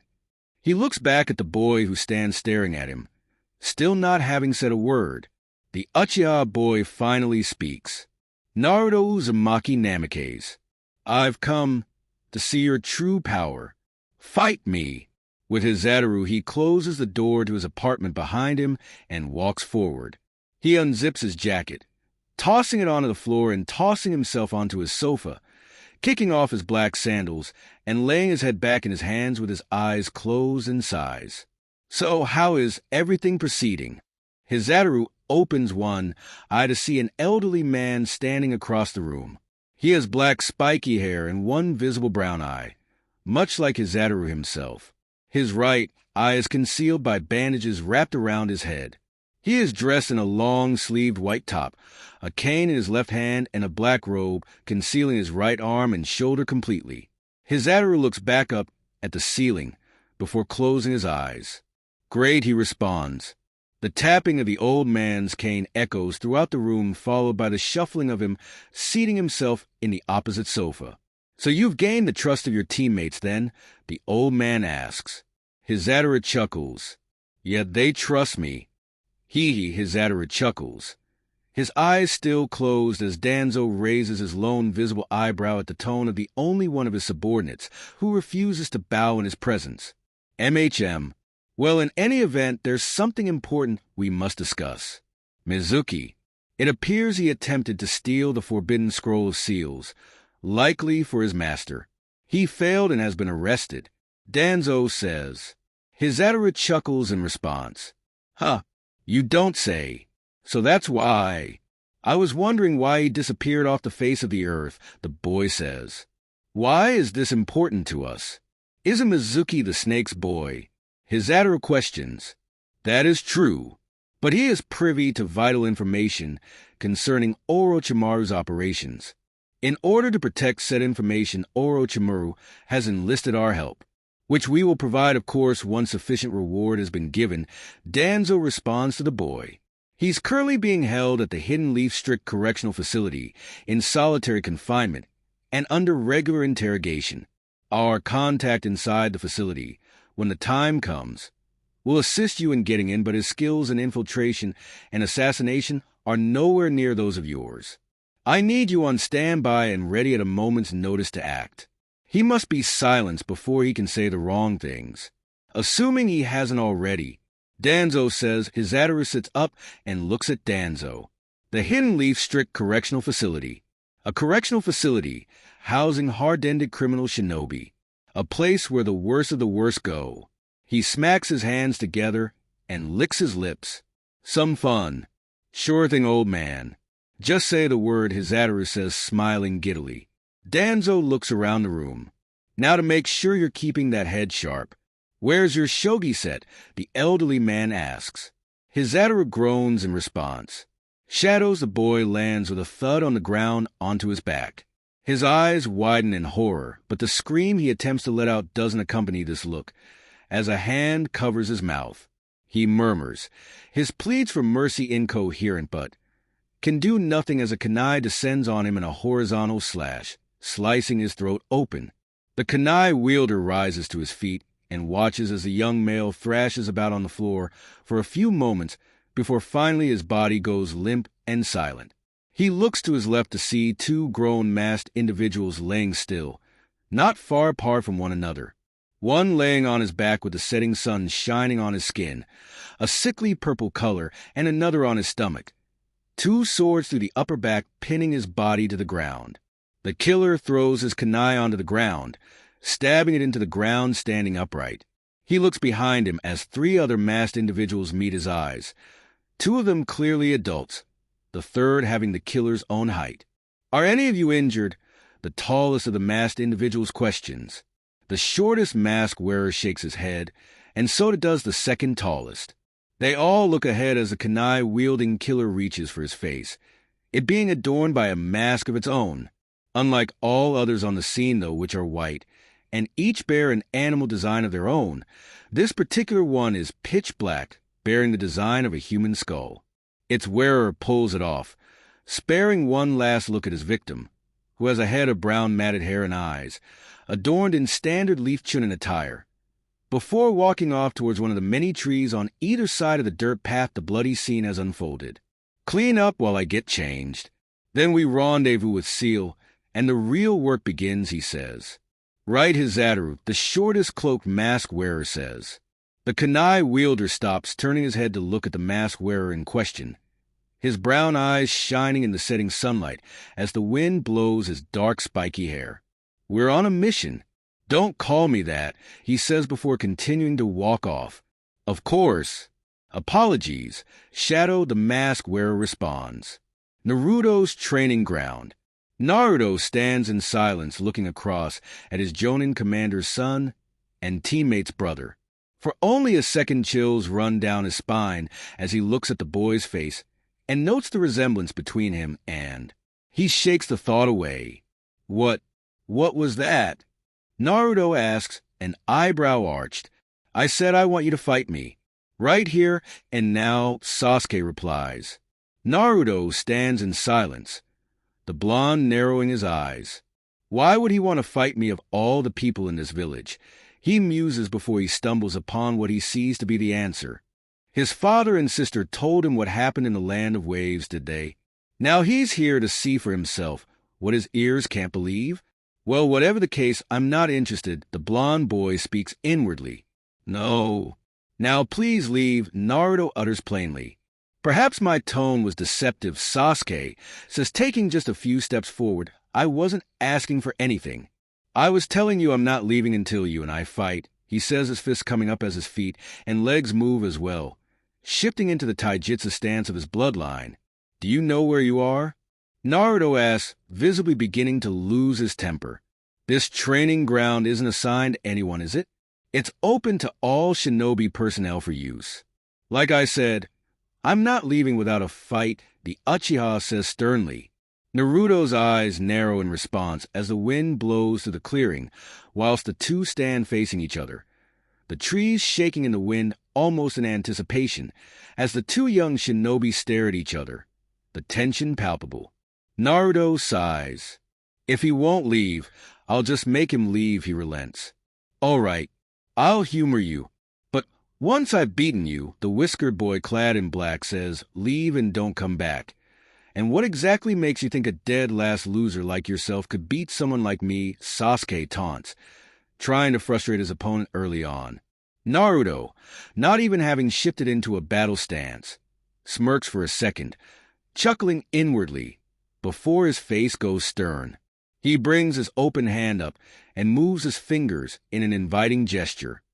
Come and find out Hidden Leaf Strict Correctional Facility, Interrogation Wing. Fugaku stands in front of the glass screen looking on at the scene on the other side. A young man with white shoulder-length hair clad in the standard gray uniform of the facility he finds himself in, tied to a chair, his head down, blood dripping onto the ground from his face. A man dressed in a black trench coat with a bandana tied onto his head stands over him, his gloved hands wet with blood. You're my only visible hope at this point, Fugaku, a voice from his left cutting through his thoughts. He turns his head in this direction to be met with Minato's blue eyes. Are you sure you can do it? The blonde asks. What's the point, Minato? If I couldn't get anything, then he can't either, Inoichi says, earning the two men's attention, their heads turning to look at him. Fugaku smirks at the Yamanaka, who stands with his arms crossed looking away. The Uchiha looks back at the village leader. Don't worry, I've got this. Let me in, he says, turning and walking to his right towards a steel door sporting a complex ceiling array, an AMBU shinobi standing next to it. Minato nods at the masked shinobi, who weaves through a series of hand signs before yelling. Release, the ceiling array disappears. Fugaku places his hand on the door, opening it with a simple push. The bandana-clad male in the room turns to him, the leaf insignia on his headband, as well as the scars on his face, now clearly visible. Fugaku moves his head to the side, gesturing to the male to leave the room. Fugaku walks into the dimly lit room, eyes on the white-haired boy whose head stays down. He sits himself down in the chair opposite to the young man, as the sound of the steel door shutting echoes throughout the room. He looks to his left. Met with the glass screen from before, its color now pitch black, nothing on the other side being visible. He looks back at the prisoner whose head is still bowed. "Boy, look at me," Fugaku speaks. Mizuki raises his head and sees Fugaku's eyes widening a bit at seeing the Uchiha patriarch here. Fugaku sits back in his chair, crossing his arms, examining the Chunin's marred, bruised, and bleeding face, much like the rest of his body. The two stare at each other for a few silent moments. Mizuki's injured face contorts into a smirk. "Do whatever you want. You'll get as much they did. I'm not telling you anything," he utters defiantly. "Oh, don't worry," Fugaku responds casually, still leaning back in his seat. He blinks, his eyelids rising to reveal his eyes having morphed, now bearing a crimson-red color, 3 tomo marks arranged around each of his pupils in a triangular formation. "You won't have to say a word," he says lowly. Mizuki's heart skips a beat as he is met with the sight of the legendary Sharingan. Both ninjas suddenly turn their heads to the right as a sound earns their attention. They look to see a crack right about in the center of the glass screen. The small crack begins to grow, becoming a spiderweb of cracks, growing until it reaches the edges of the glass screen. The cracks grow, immersing the screen before the glass explodes all over the place, shards flying as a cacophony of screeches fills the room. Countless bats swarm through what was once the glass screen. A horror-filled scream leaves the restrained Mizuki's mouth as the bats fill the room, surrounding the two males. Hidden Leaf Strict Correctional Facility. Entrance a drawbridge is raised behind 3 individuals after they've walked forwards off of it. A sea of molten lava stretching out on either side of them, and the bright blinding light from 2 watchtowers on either side of a tall building before them, shining down onto them. 2 of these individuals are wearing the standard attire of the ANBU Black Ops of the Leaf, complete with gray combat vests and animal design masks. They walk on either side of the 3rd individual, who is clearly a male in his teens, clad in the standard Chunin attire of the Leaf, missing only the headband. He has brown matted hair and eyes. Flashback Izadaru sits back on his sofa, sighing while looking at the shogi set. Game over. The streak continues, while played the old man says, "You've gotten better. Not long now. Soon you'll be able to beat me," he muses. "Woohoo," the boy responds sarcastically, raising his fist into the air, laying his head back on the sofa. He squeaks in pain as the feel of the old man's cane reaching across the coffee table and smacking his knee lightly registers. "Ouch," he cries, "you're a real pain, Gramps. You know that," the boy complains. "And one day you will be grateful for it," the elderly man replies. A few moments of silence pass before one of them speaks again. "The Chunin examinations will be commencing in less than 2 weeks. Here in the Leaf," the old man says. "Yeah, I know," Izadaru responds. "No such fun for me, though. I'm a rookie," he scoffs in frustration. There is no existing regulation that bars rookie genin from competing in the exams. It simply isn't common practice in these times as a safety precaution. So don't make assumptions or lose hope, Danzo says. Izadaru raises an eyebrow at these words. "Do you know something, ID dash?" The boy has no chance to finish his sentence. A figure wearing a black cloak with a hood appears at the edge of the coffee table in a burst of smoke, kneeling on one knee. "Lord Danzo," he addresses the old man with his head bowed. He raises his head, revealing his porcelain mask. He looks to Izadaru for a moment, placing his hand on his chest and bowing his head slightly. Izadaru nods in response. The shinobi reaches into his cloak and pulls out a brown envelope from his cloak, presenting it to the elderly man.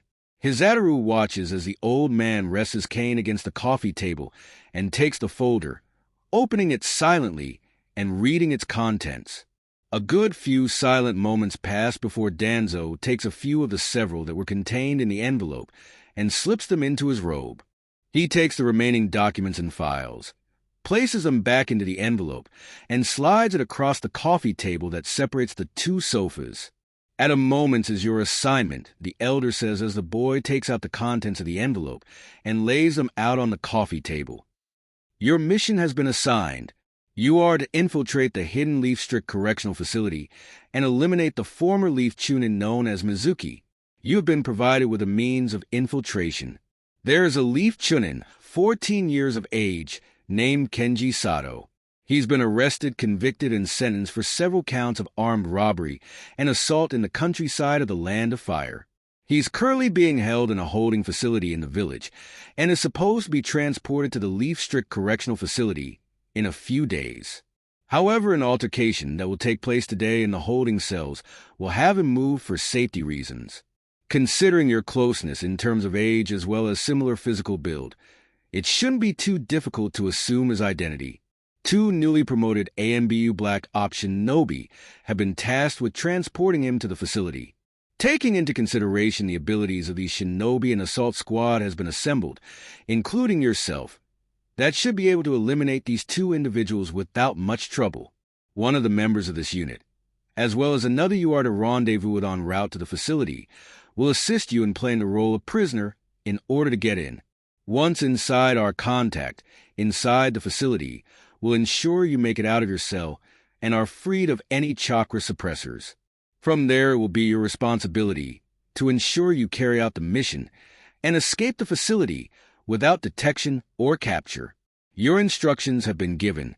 Are they clear? Danzo questions. Hizadaru listens to this while reading the contents of the envelope, a detailed map of the hidden Leaf Strict Correctional Facility, and other details concerning the mission, such as rendezvous details and points with assignment participants. For files rest on the Kofi table, 2 containing information on the 2 AMBU in question, the 3rd containing information on the Kenji Sato in question, and the 4th being Mizuki's prisoner file, which among other things contains his cell location. Crystal, Hizadaru responds after a few silent moments. Danzo reaches for his cane, grabbing it and standing up. It must be done before sunrise tomorrow, he says as the tapping of his cane once again fills the room. He gestures to the masked shinobi who, for the first time since arriving, stands up. Hizadaru hears the 2 bursts that signal his guest's departure and sees the smoke only out of his peripheral vision, his eyes glued to a picture amongst the documents spread out on his coffee table. A picture of a young male in his teens with brown matted hair and eyes of the same color. His eyes then move from this picture to another of an older male, though still young by general standards, with white shoulder-length hair and green eyes. Flashback, and the 3 newly arrived individuals come to a stop as 3 men, all clad in standard Jonin attire, stand before them, 1 stepping forward and 2 standing back. Identification, he says.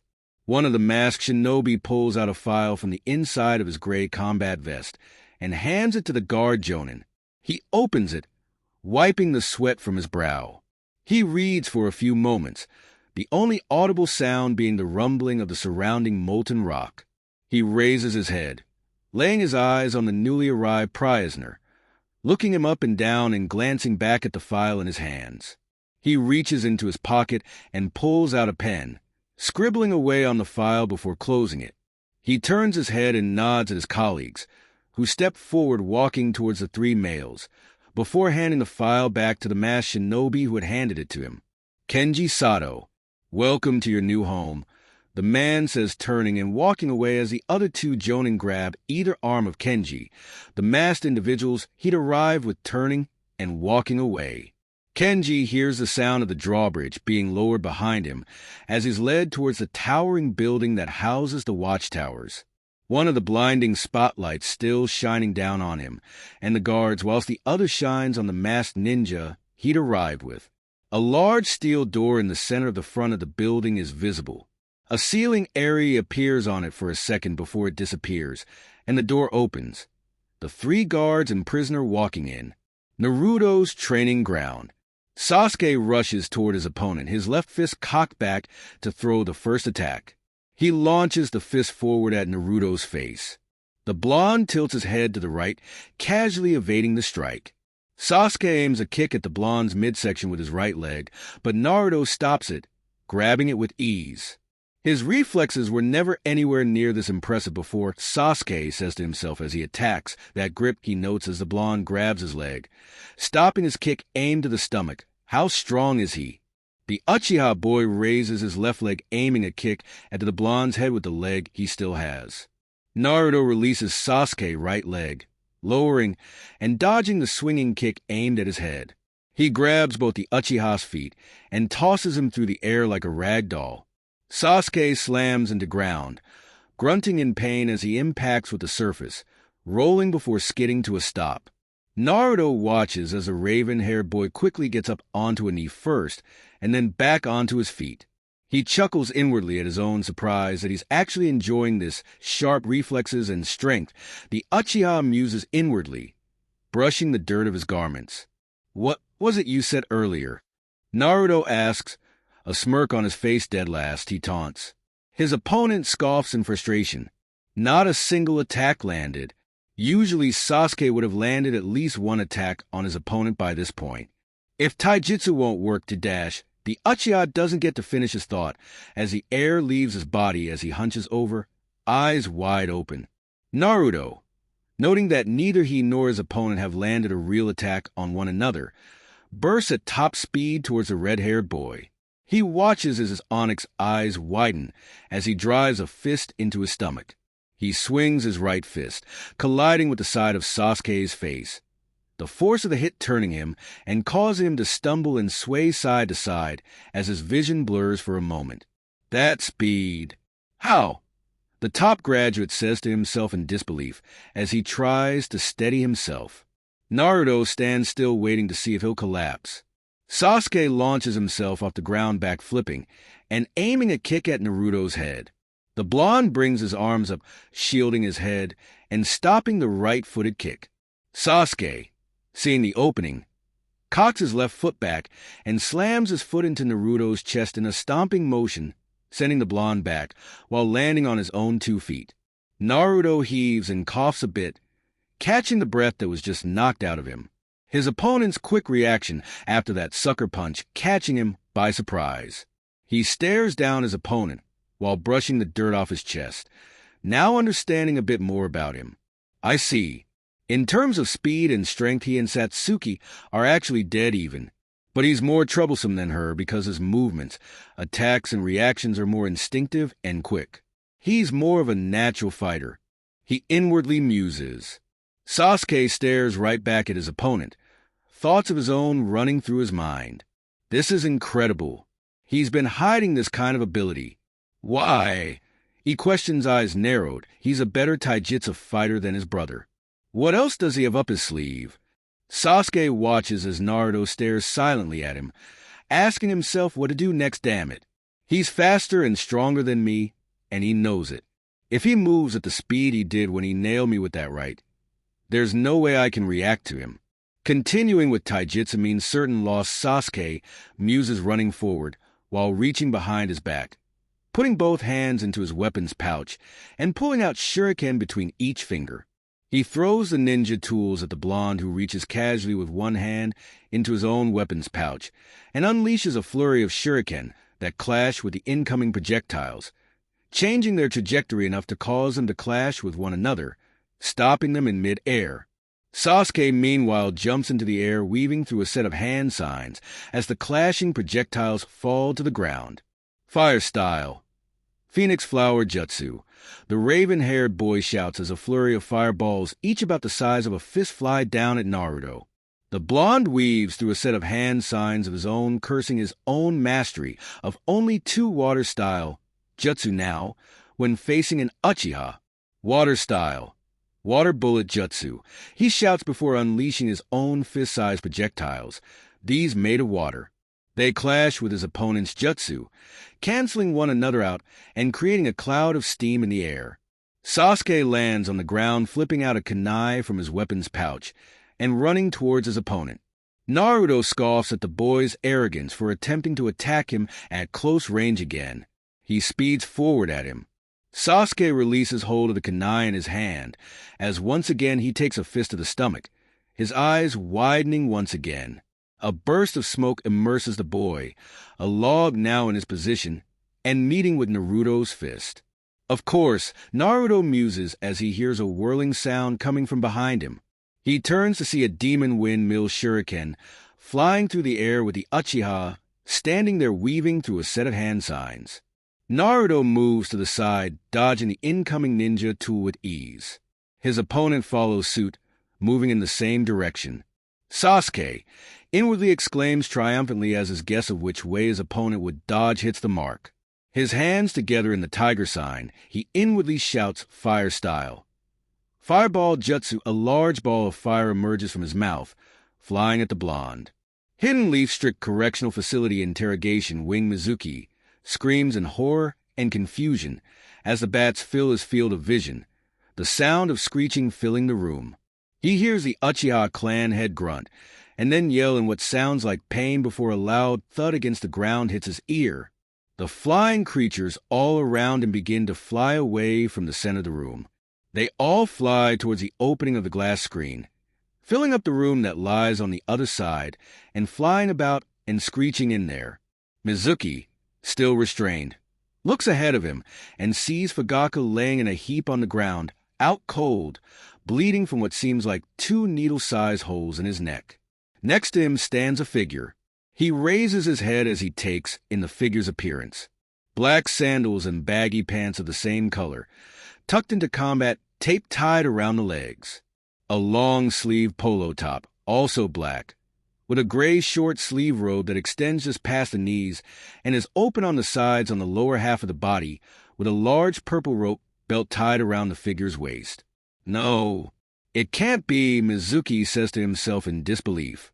He looks up and his green eyes are met with another pair, which are of a golden color, and have slits for pupils with purple pigmentation, coloring their contours, and marking the sides of the bridge of the nose of their owner, as well with long black hair that extends past the shoulders and frames an extremely pale face. Hello, Lord Orochimaru, Mizuki stutters out in a tone reminiscent of a question in its disbelief. Hello, child. It's been a while. The male speaks in a smooth manner, a smirk on his face. You're not looking particularly healthy at the moment. I'm very interested to know how it came to be that you found yourself in such a place, Orochimaru says, casting his gaze to the unconscious Fugaku on the ground. You see, the Mizuki continues to stutter, still not believing his eyes. No matter, Orochimaru says, raising a pale hand to silence the young man. That can come later. As long as you haven't told our good friends here anything they shouldn't know, he says. You haven't, have you, he questions, his eyes still glued to the unconscious Uchiha at his feet. No, not at all. Mizuki replies in almost a shout. I've said nothing. I would never in my wildest nightmares dream of betraying you. The white-haired young man exclaims. Good, Orochimaru says, finally taking his eyes off of Fugaku and casting his gaze to the room full of screeching bats on the other side of what was once a darkened glass screen. The night is still young. Our hosts won't want to sleep for too long. I and my friends over there should get going now, he says, watching the bats, a smile spreading across his face. All right, he stutters out again, looking to the bats. He looks back at his master, who turns his head to him, his own green eyes meeting those golden ones. The pale man blinks and his eyelids rise to reveal a crimson color in place of gold, the slitted pupil now round as it would be for most men, 3 tomo marks surrounding it. Mizuki's eyes widen in shock and confusion as Orochimaru stands before him, the Sharingan glowing in both his eyes. The young man blinks, and in the fraction of a second it takes his eyelids to rise. They rise to reveal a completely different scene. Standing where his master had been is the same Uchiha who had been on the ground unconscious only a fraction of a second ago. He notes the screeching of the horde of bats is suddenly gone, and his head turns sharply to the left to see no bats and the darkened glass screen in place. Not a single break or crack in sight. What? Mizuki stutters out for the umpteenth time, his breathing quickening. He looks all around the room, his eyes darting around. What's going on here? He asks confused, looking up at the Uchiha clan head. Orochimaru, huh? So that's who you stole the scroll for, Fugaku says. I don't understand. I never dash the Hidden Sound Village. Very interesting, Fugaku says, causing Mizuki to gasp and look up at him, his Sharingan eyes still glowing in the dimly lit room. How? I never said anything. Mizuki cries in a manner of almost desperation. I told you, Fugaku replies, you didn't have to. The moment you looked into my eyes, it was done, he says plainly, as said eyes return to their original black color, the tomo pattern disappearing. Fugaku walks off towards the steel door he came through, leaving Mizuki staring into space. His mouth agape, Fugaku walks towards the door with a smirk on his face, chuckling for a moment. As one thought in particular swirls in his mind, Naruto, he says. He's taking more and more of a liking to his blonde student. Other side of the screen, the steel door opens and Fugaku steps through it to see Minato, Ibiki, Inoichi, and Enko, as well as a few AMBU, all part of Minato's security detail. One of them the one who opened the steel door, all staring at him in awe and shock, having been paying attention to the conversation taking place on the other side of the glass screen.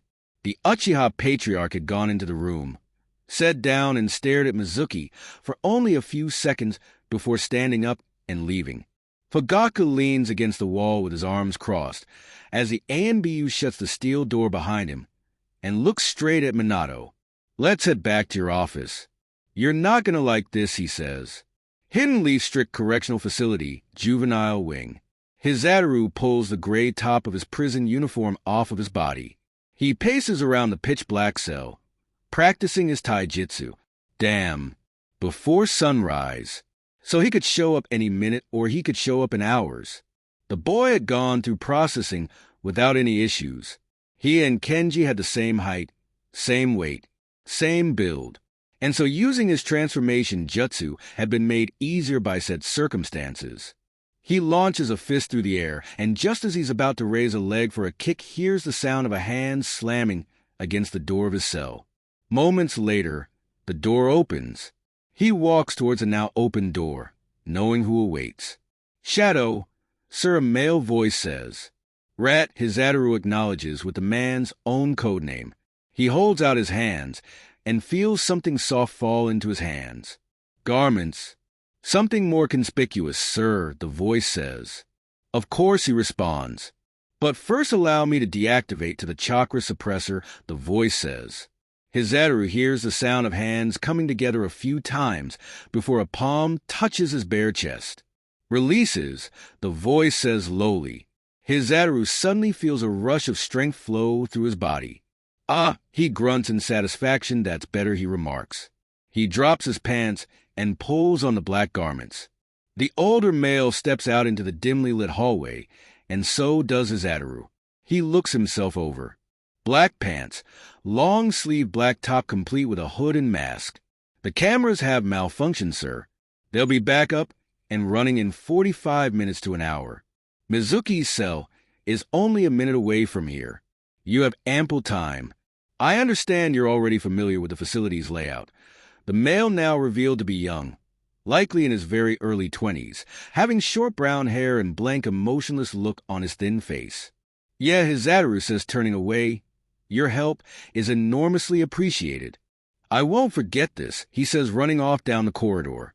Naruto's training ground Sasuke watches as his clan's signature technique engulfs his opponent. He plants his feet on the ground, skidding to a stop and narrowing his eyes, examining his handiwork. Suddenly he yells as the wind is knocked out of him, a kick to the back launching him forward. He grunts as he collides with the ground once again, rolling and skidding across it. He steadies himself with a hand to the ground, jumping to his feet and flipping out a kunai. He immediately releases the kunai as a hand grips his left wrist. The hand pulls him forward into a knee to the stomach, causing him to hunch forward and cough up spit. Naruto, still gripping Sasuke's wrist with his right hand, slams his left fist into the side of the raven-haired boy's face once again. He grabs the boy with his left hand by his large collar, letting go of his wrist and cocking his right fist back. He launches it forward and nails his opponent square in the face, sending him through the air. Sasuke lands on the ground with a thud and lays still, unmoving. Naruto gazes at the unconscious boy for a few silent moments before looking up at the newly arrived night sky. That exchange had only lasted a few minutes. He muses to himself. When had it gotten dark? He turns his head back to the Uchiha male and begins to walk towards him. Despite holding back his strongest ninjutsu and the brief nature of the exchange, he'd actually kind of enjoyed the skirmish. He comes to a stop with Sasuke at his feet and looks down to see the trail of blood, now leaking from one of the boy's nostrils. He crouches down onto his haunches, reaching out and tapping his hand lightly against the boy's face. "Hey! Wake up!" No response comes from the unconscious Genin. "Hey! Sasuke! Wake up! Time to go home." Repeated tapping turns into light slaps. Naruto sighs, heavily grabbing the Uchihas formed by his shoulders and shaking him violently. "Hey! Come on! Wake up! This isn't your first rodeo, is it?" Naruto pleads. "You have got to be joking," he sighs exasperatedly, releasing the boy and pinching the bridge of his nose in frustration. He sighs once again and grabs a sparring partner for the day, placing him onto his back and walking off. Hokage Tower. Hokage's office. The Hokage sits at his desk with his hand balled into a tight fist in front of his mouth, the Uchiha clan head sitting across from him. I suppose I shouldn't be surprised. One should never put anything past Orochimaru, the village leader surmises. True. It seems he has the daimyo lord of the land of rice firmly in his pocket, Fugaku says. The daimyo allowing Orochimaru to set up base in his nation, conducting his operations there, providing him with taxpayer funding, and even letting him perform his disgusting experiments on citizens of the nation was all proof of the fact. Well, either he's sweet-talked and tempted him, or he's threatened him. Either one is typical, Minato assesses. Or maybe the daimyo's already dead, the two men say at the same time. They look at each other and shake their heads, chuckling bitterly. So, what happens now? Fugaku asks, staring out of the window behind the Hokage. You know what he did, Minato. Do we give the land of rice a chance to denounce the hidden sound? Or, he turns his head, looking Minato in the eye as it wore. No questions asked, he asks. No, the yellow flash responds, we're not going to give Orochimaru any heads up. I'll have to let the elders know, but this stays between us. Let's let him think he's off the radar for now, while we observe and watch everything in the land of rice, so that when he does stick his head out of whatever hole he's hiding in, he won't be expecting anything. Minato says, staring off deep in thought. Fugaku nods, standing up. Excuse me then, old friend. I have to head home. AMD have dinner with my family, he says, walking away. Wait, Fugaku, the blonde says, stopping his friend in his tracks. Are you sure you didn't see anything that could let us know who took down Mizuki? It could be a lead to more intel, he says. Fugaku turns his head to look at Minato. Like I said, old friend, he or she was wearing a cloak. An adult clearly, but masked. It was all taijutsu too, a style I don't recognize either, so nothing distinguishing. Sorry, the clan head says. His friend nods at him, clear disappointment on his face. Don't you dare sleep here. You'll wake up tomorrow with a red-headed demon looking to claim your soul. Fugaku says, closing the door behind him, leaving a chuckling Minato. Hidden Leaf Strict Correctional Facility. Mizuki stumbles forward into his cell, the guard helping him in with a shove to the back. The slam of the steel door echoes throughout the cell, though to Mizuki it doesn't even register. The young man clutches his head in his hands, grabbing at his hair, his heavy breathing audible throughout the cell. I didn't say anything. I didn't say anything. I didn't say anything. I didn't say anything, he says to himself repeatedly, beginning to pace back and forth. The sound of screeching bats fills his head. He whips around repeatedly, trying to ensure there aren't any bats near him. I didn't say anything, he says again, the sound of screeching bats still plaguing his mind. He claws and grabs at his ears, almost threatening to rip them off, shutting his eyes in a desperate attempt to rid himself of the sound. His eyes shoot open. The haunting image of a silhouette with a glowing pair of red eyes with a tomo pattern around the pupils appears to him while his eyes are closed. I didn't say anything, he shouts at the top of his lungs. Mizuki once again darts his eyes around the cell for any flying rodents when for the first time he makes out a silhouette seated in the corner. Shadow watches on at this display, shaking his head. The T&I department is no joke, he says to himself. Hey, who's there? The white-haired rogue Chunin shouts at him. Are you another one of them? Stay back. He yells shadow size. He had planned on lying to Mizuki and telling him he was a fellow subordinate of Orochimaru, sent to rescue him to fool him into giving up any useful intel, but clearly there was no worthwhile or trustworthy information he was going to get from the rogue Chunin anymore. Not in this state. Mizuki tries to keep his eyes glued to the silhouette, but they occasionally dart as red pairs of eyes every so often appear in his peripheral vision, in the darkness of the cell. H, the white-haired male yells, running forward at the silhouette, who calmly jumps to his feet and sidesteps a punch aimed at his face. He grabs the outstretched arm and performs a judo throw on the older male, laying him out on the ground. The brown-eyed boy grabs his target by the head, lifting it off the ground and wrapping his arm around his neck. Mizuki claws away at the boy's arms in response, desperately trying to free himself. He tightens his grip and twists his former academy teacher's neck. An audible snap rings out, and Mizuki's body goes limp. Shadow lays him down gently and stands up. He gazes at the silent Mizuki for a few moments before turning and walking towards the steel door, weaving through a set of hand signs. Time to go. Uchiha clan compound. Coming Satsuki shouts as she walks to the front door to respond to the knock, her mother being preoccupied in the kitchen and neither her father or brother having come home yet. She turns the knob and pulls the door open. Oh! H-high Satsuki stutters out, her cheeks turning pink as her eyes lock with those deep cerulean blue ones. Hey! Naruto responds, a small smile on his face. Your brother needed a ride home. Her gaze falls on Sasuke for the first time, and she goes even more red at the fact that she only noticed her brother after he pointed out her twin is on his back.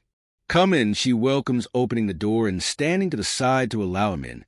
And so, we witness the beginning of a new Naruto, one forged in loneliness, but driven by the power of the ancient wood style. His path may be uncertain, but one thing is clear. This version of Naruto is not the same boy who once sought attention from the villagers. He's becoming something far more dangerous. But what will this newfound power cost him? Will his heart remain pure, or will the weight of his past push him toward a darker future? Only time will tell. Thanks for watching part 2 of What If Naruto Was Neglected by His Family and Released with Style. If you enjoyed this twist on the Naruto story, be sure to hit that like button. Don't forget to subscribe to Anime T23 for more what-if scenarios, and let us know in the comments what you think will happen next in Naruto's journey. Will he remain a hero, or will his power be his undoing? Stay tuned for part 3, where we dive even deeper into the consequences of Naruto's new power. You won't want to miss it. Until next time, keep dreaming, keep watching, and keep imagining the endless possibilities of anime. This is Anime T23, signing off.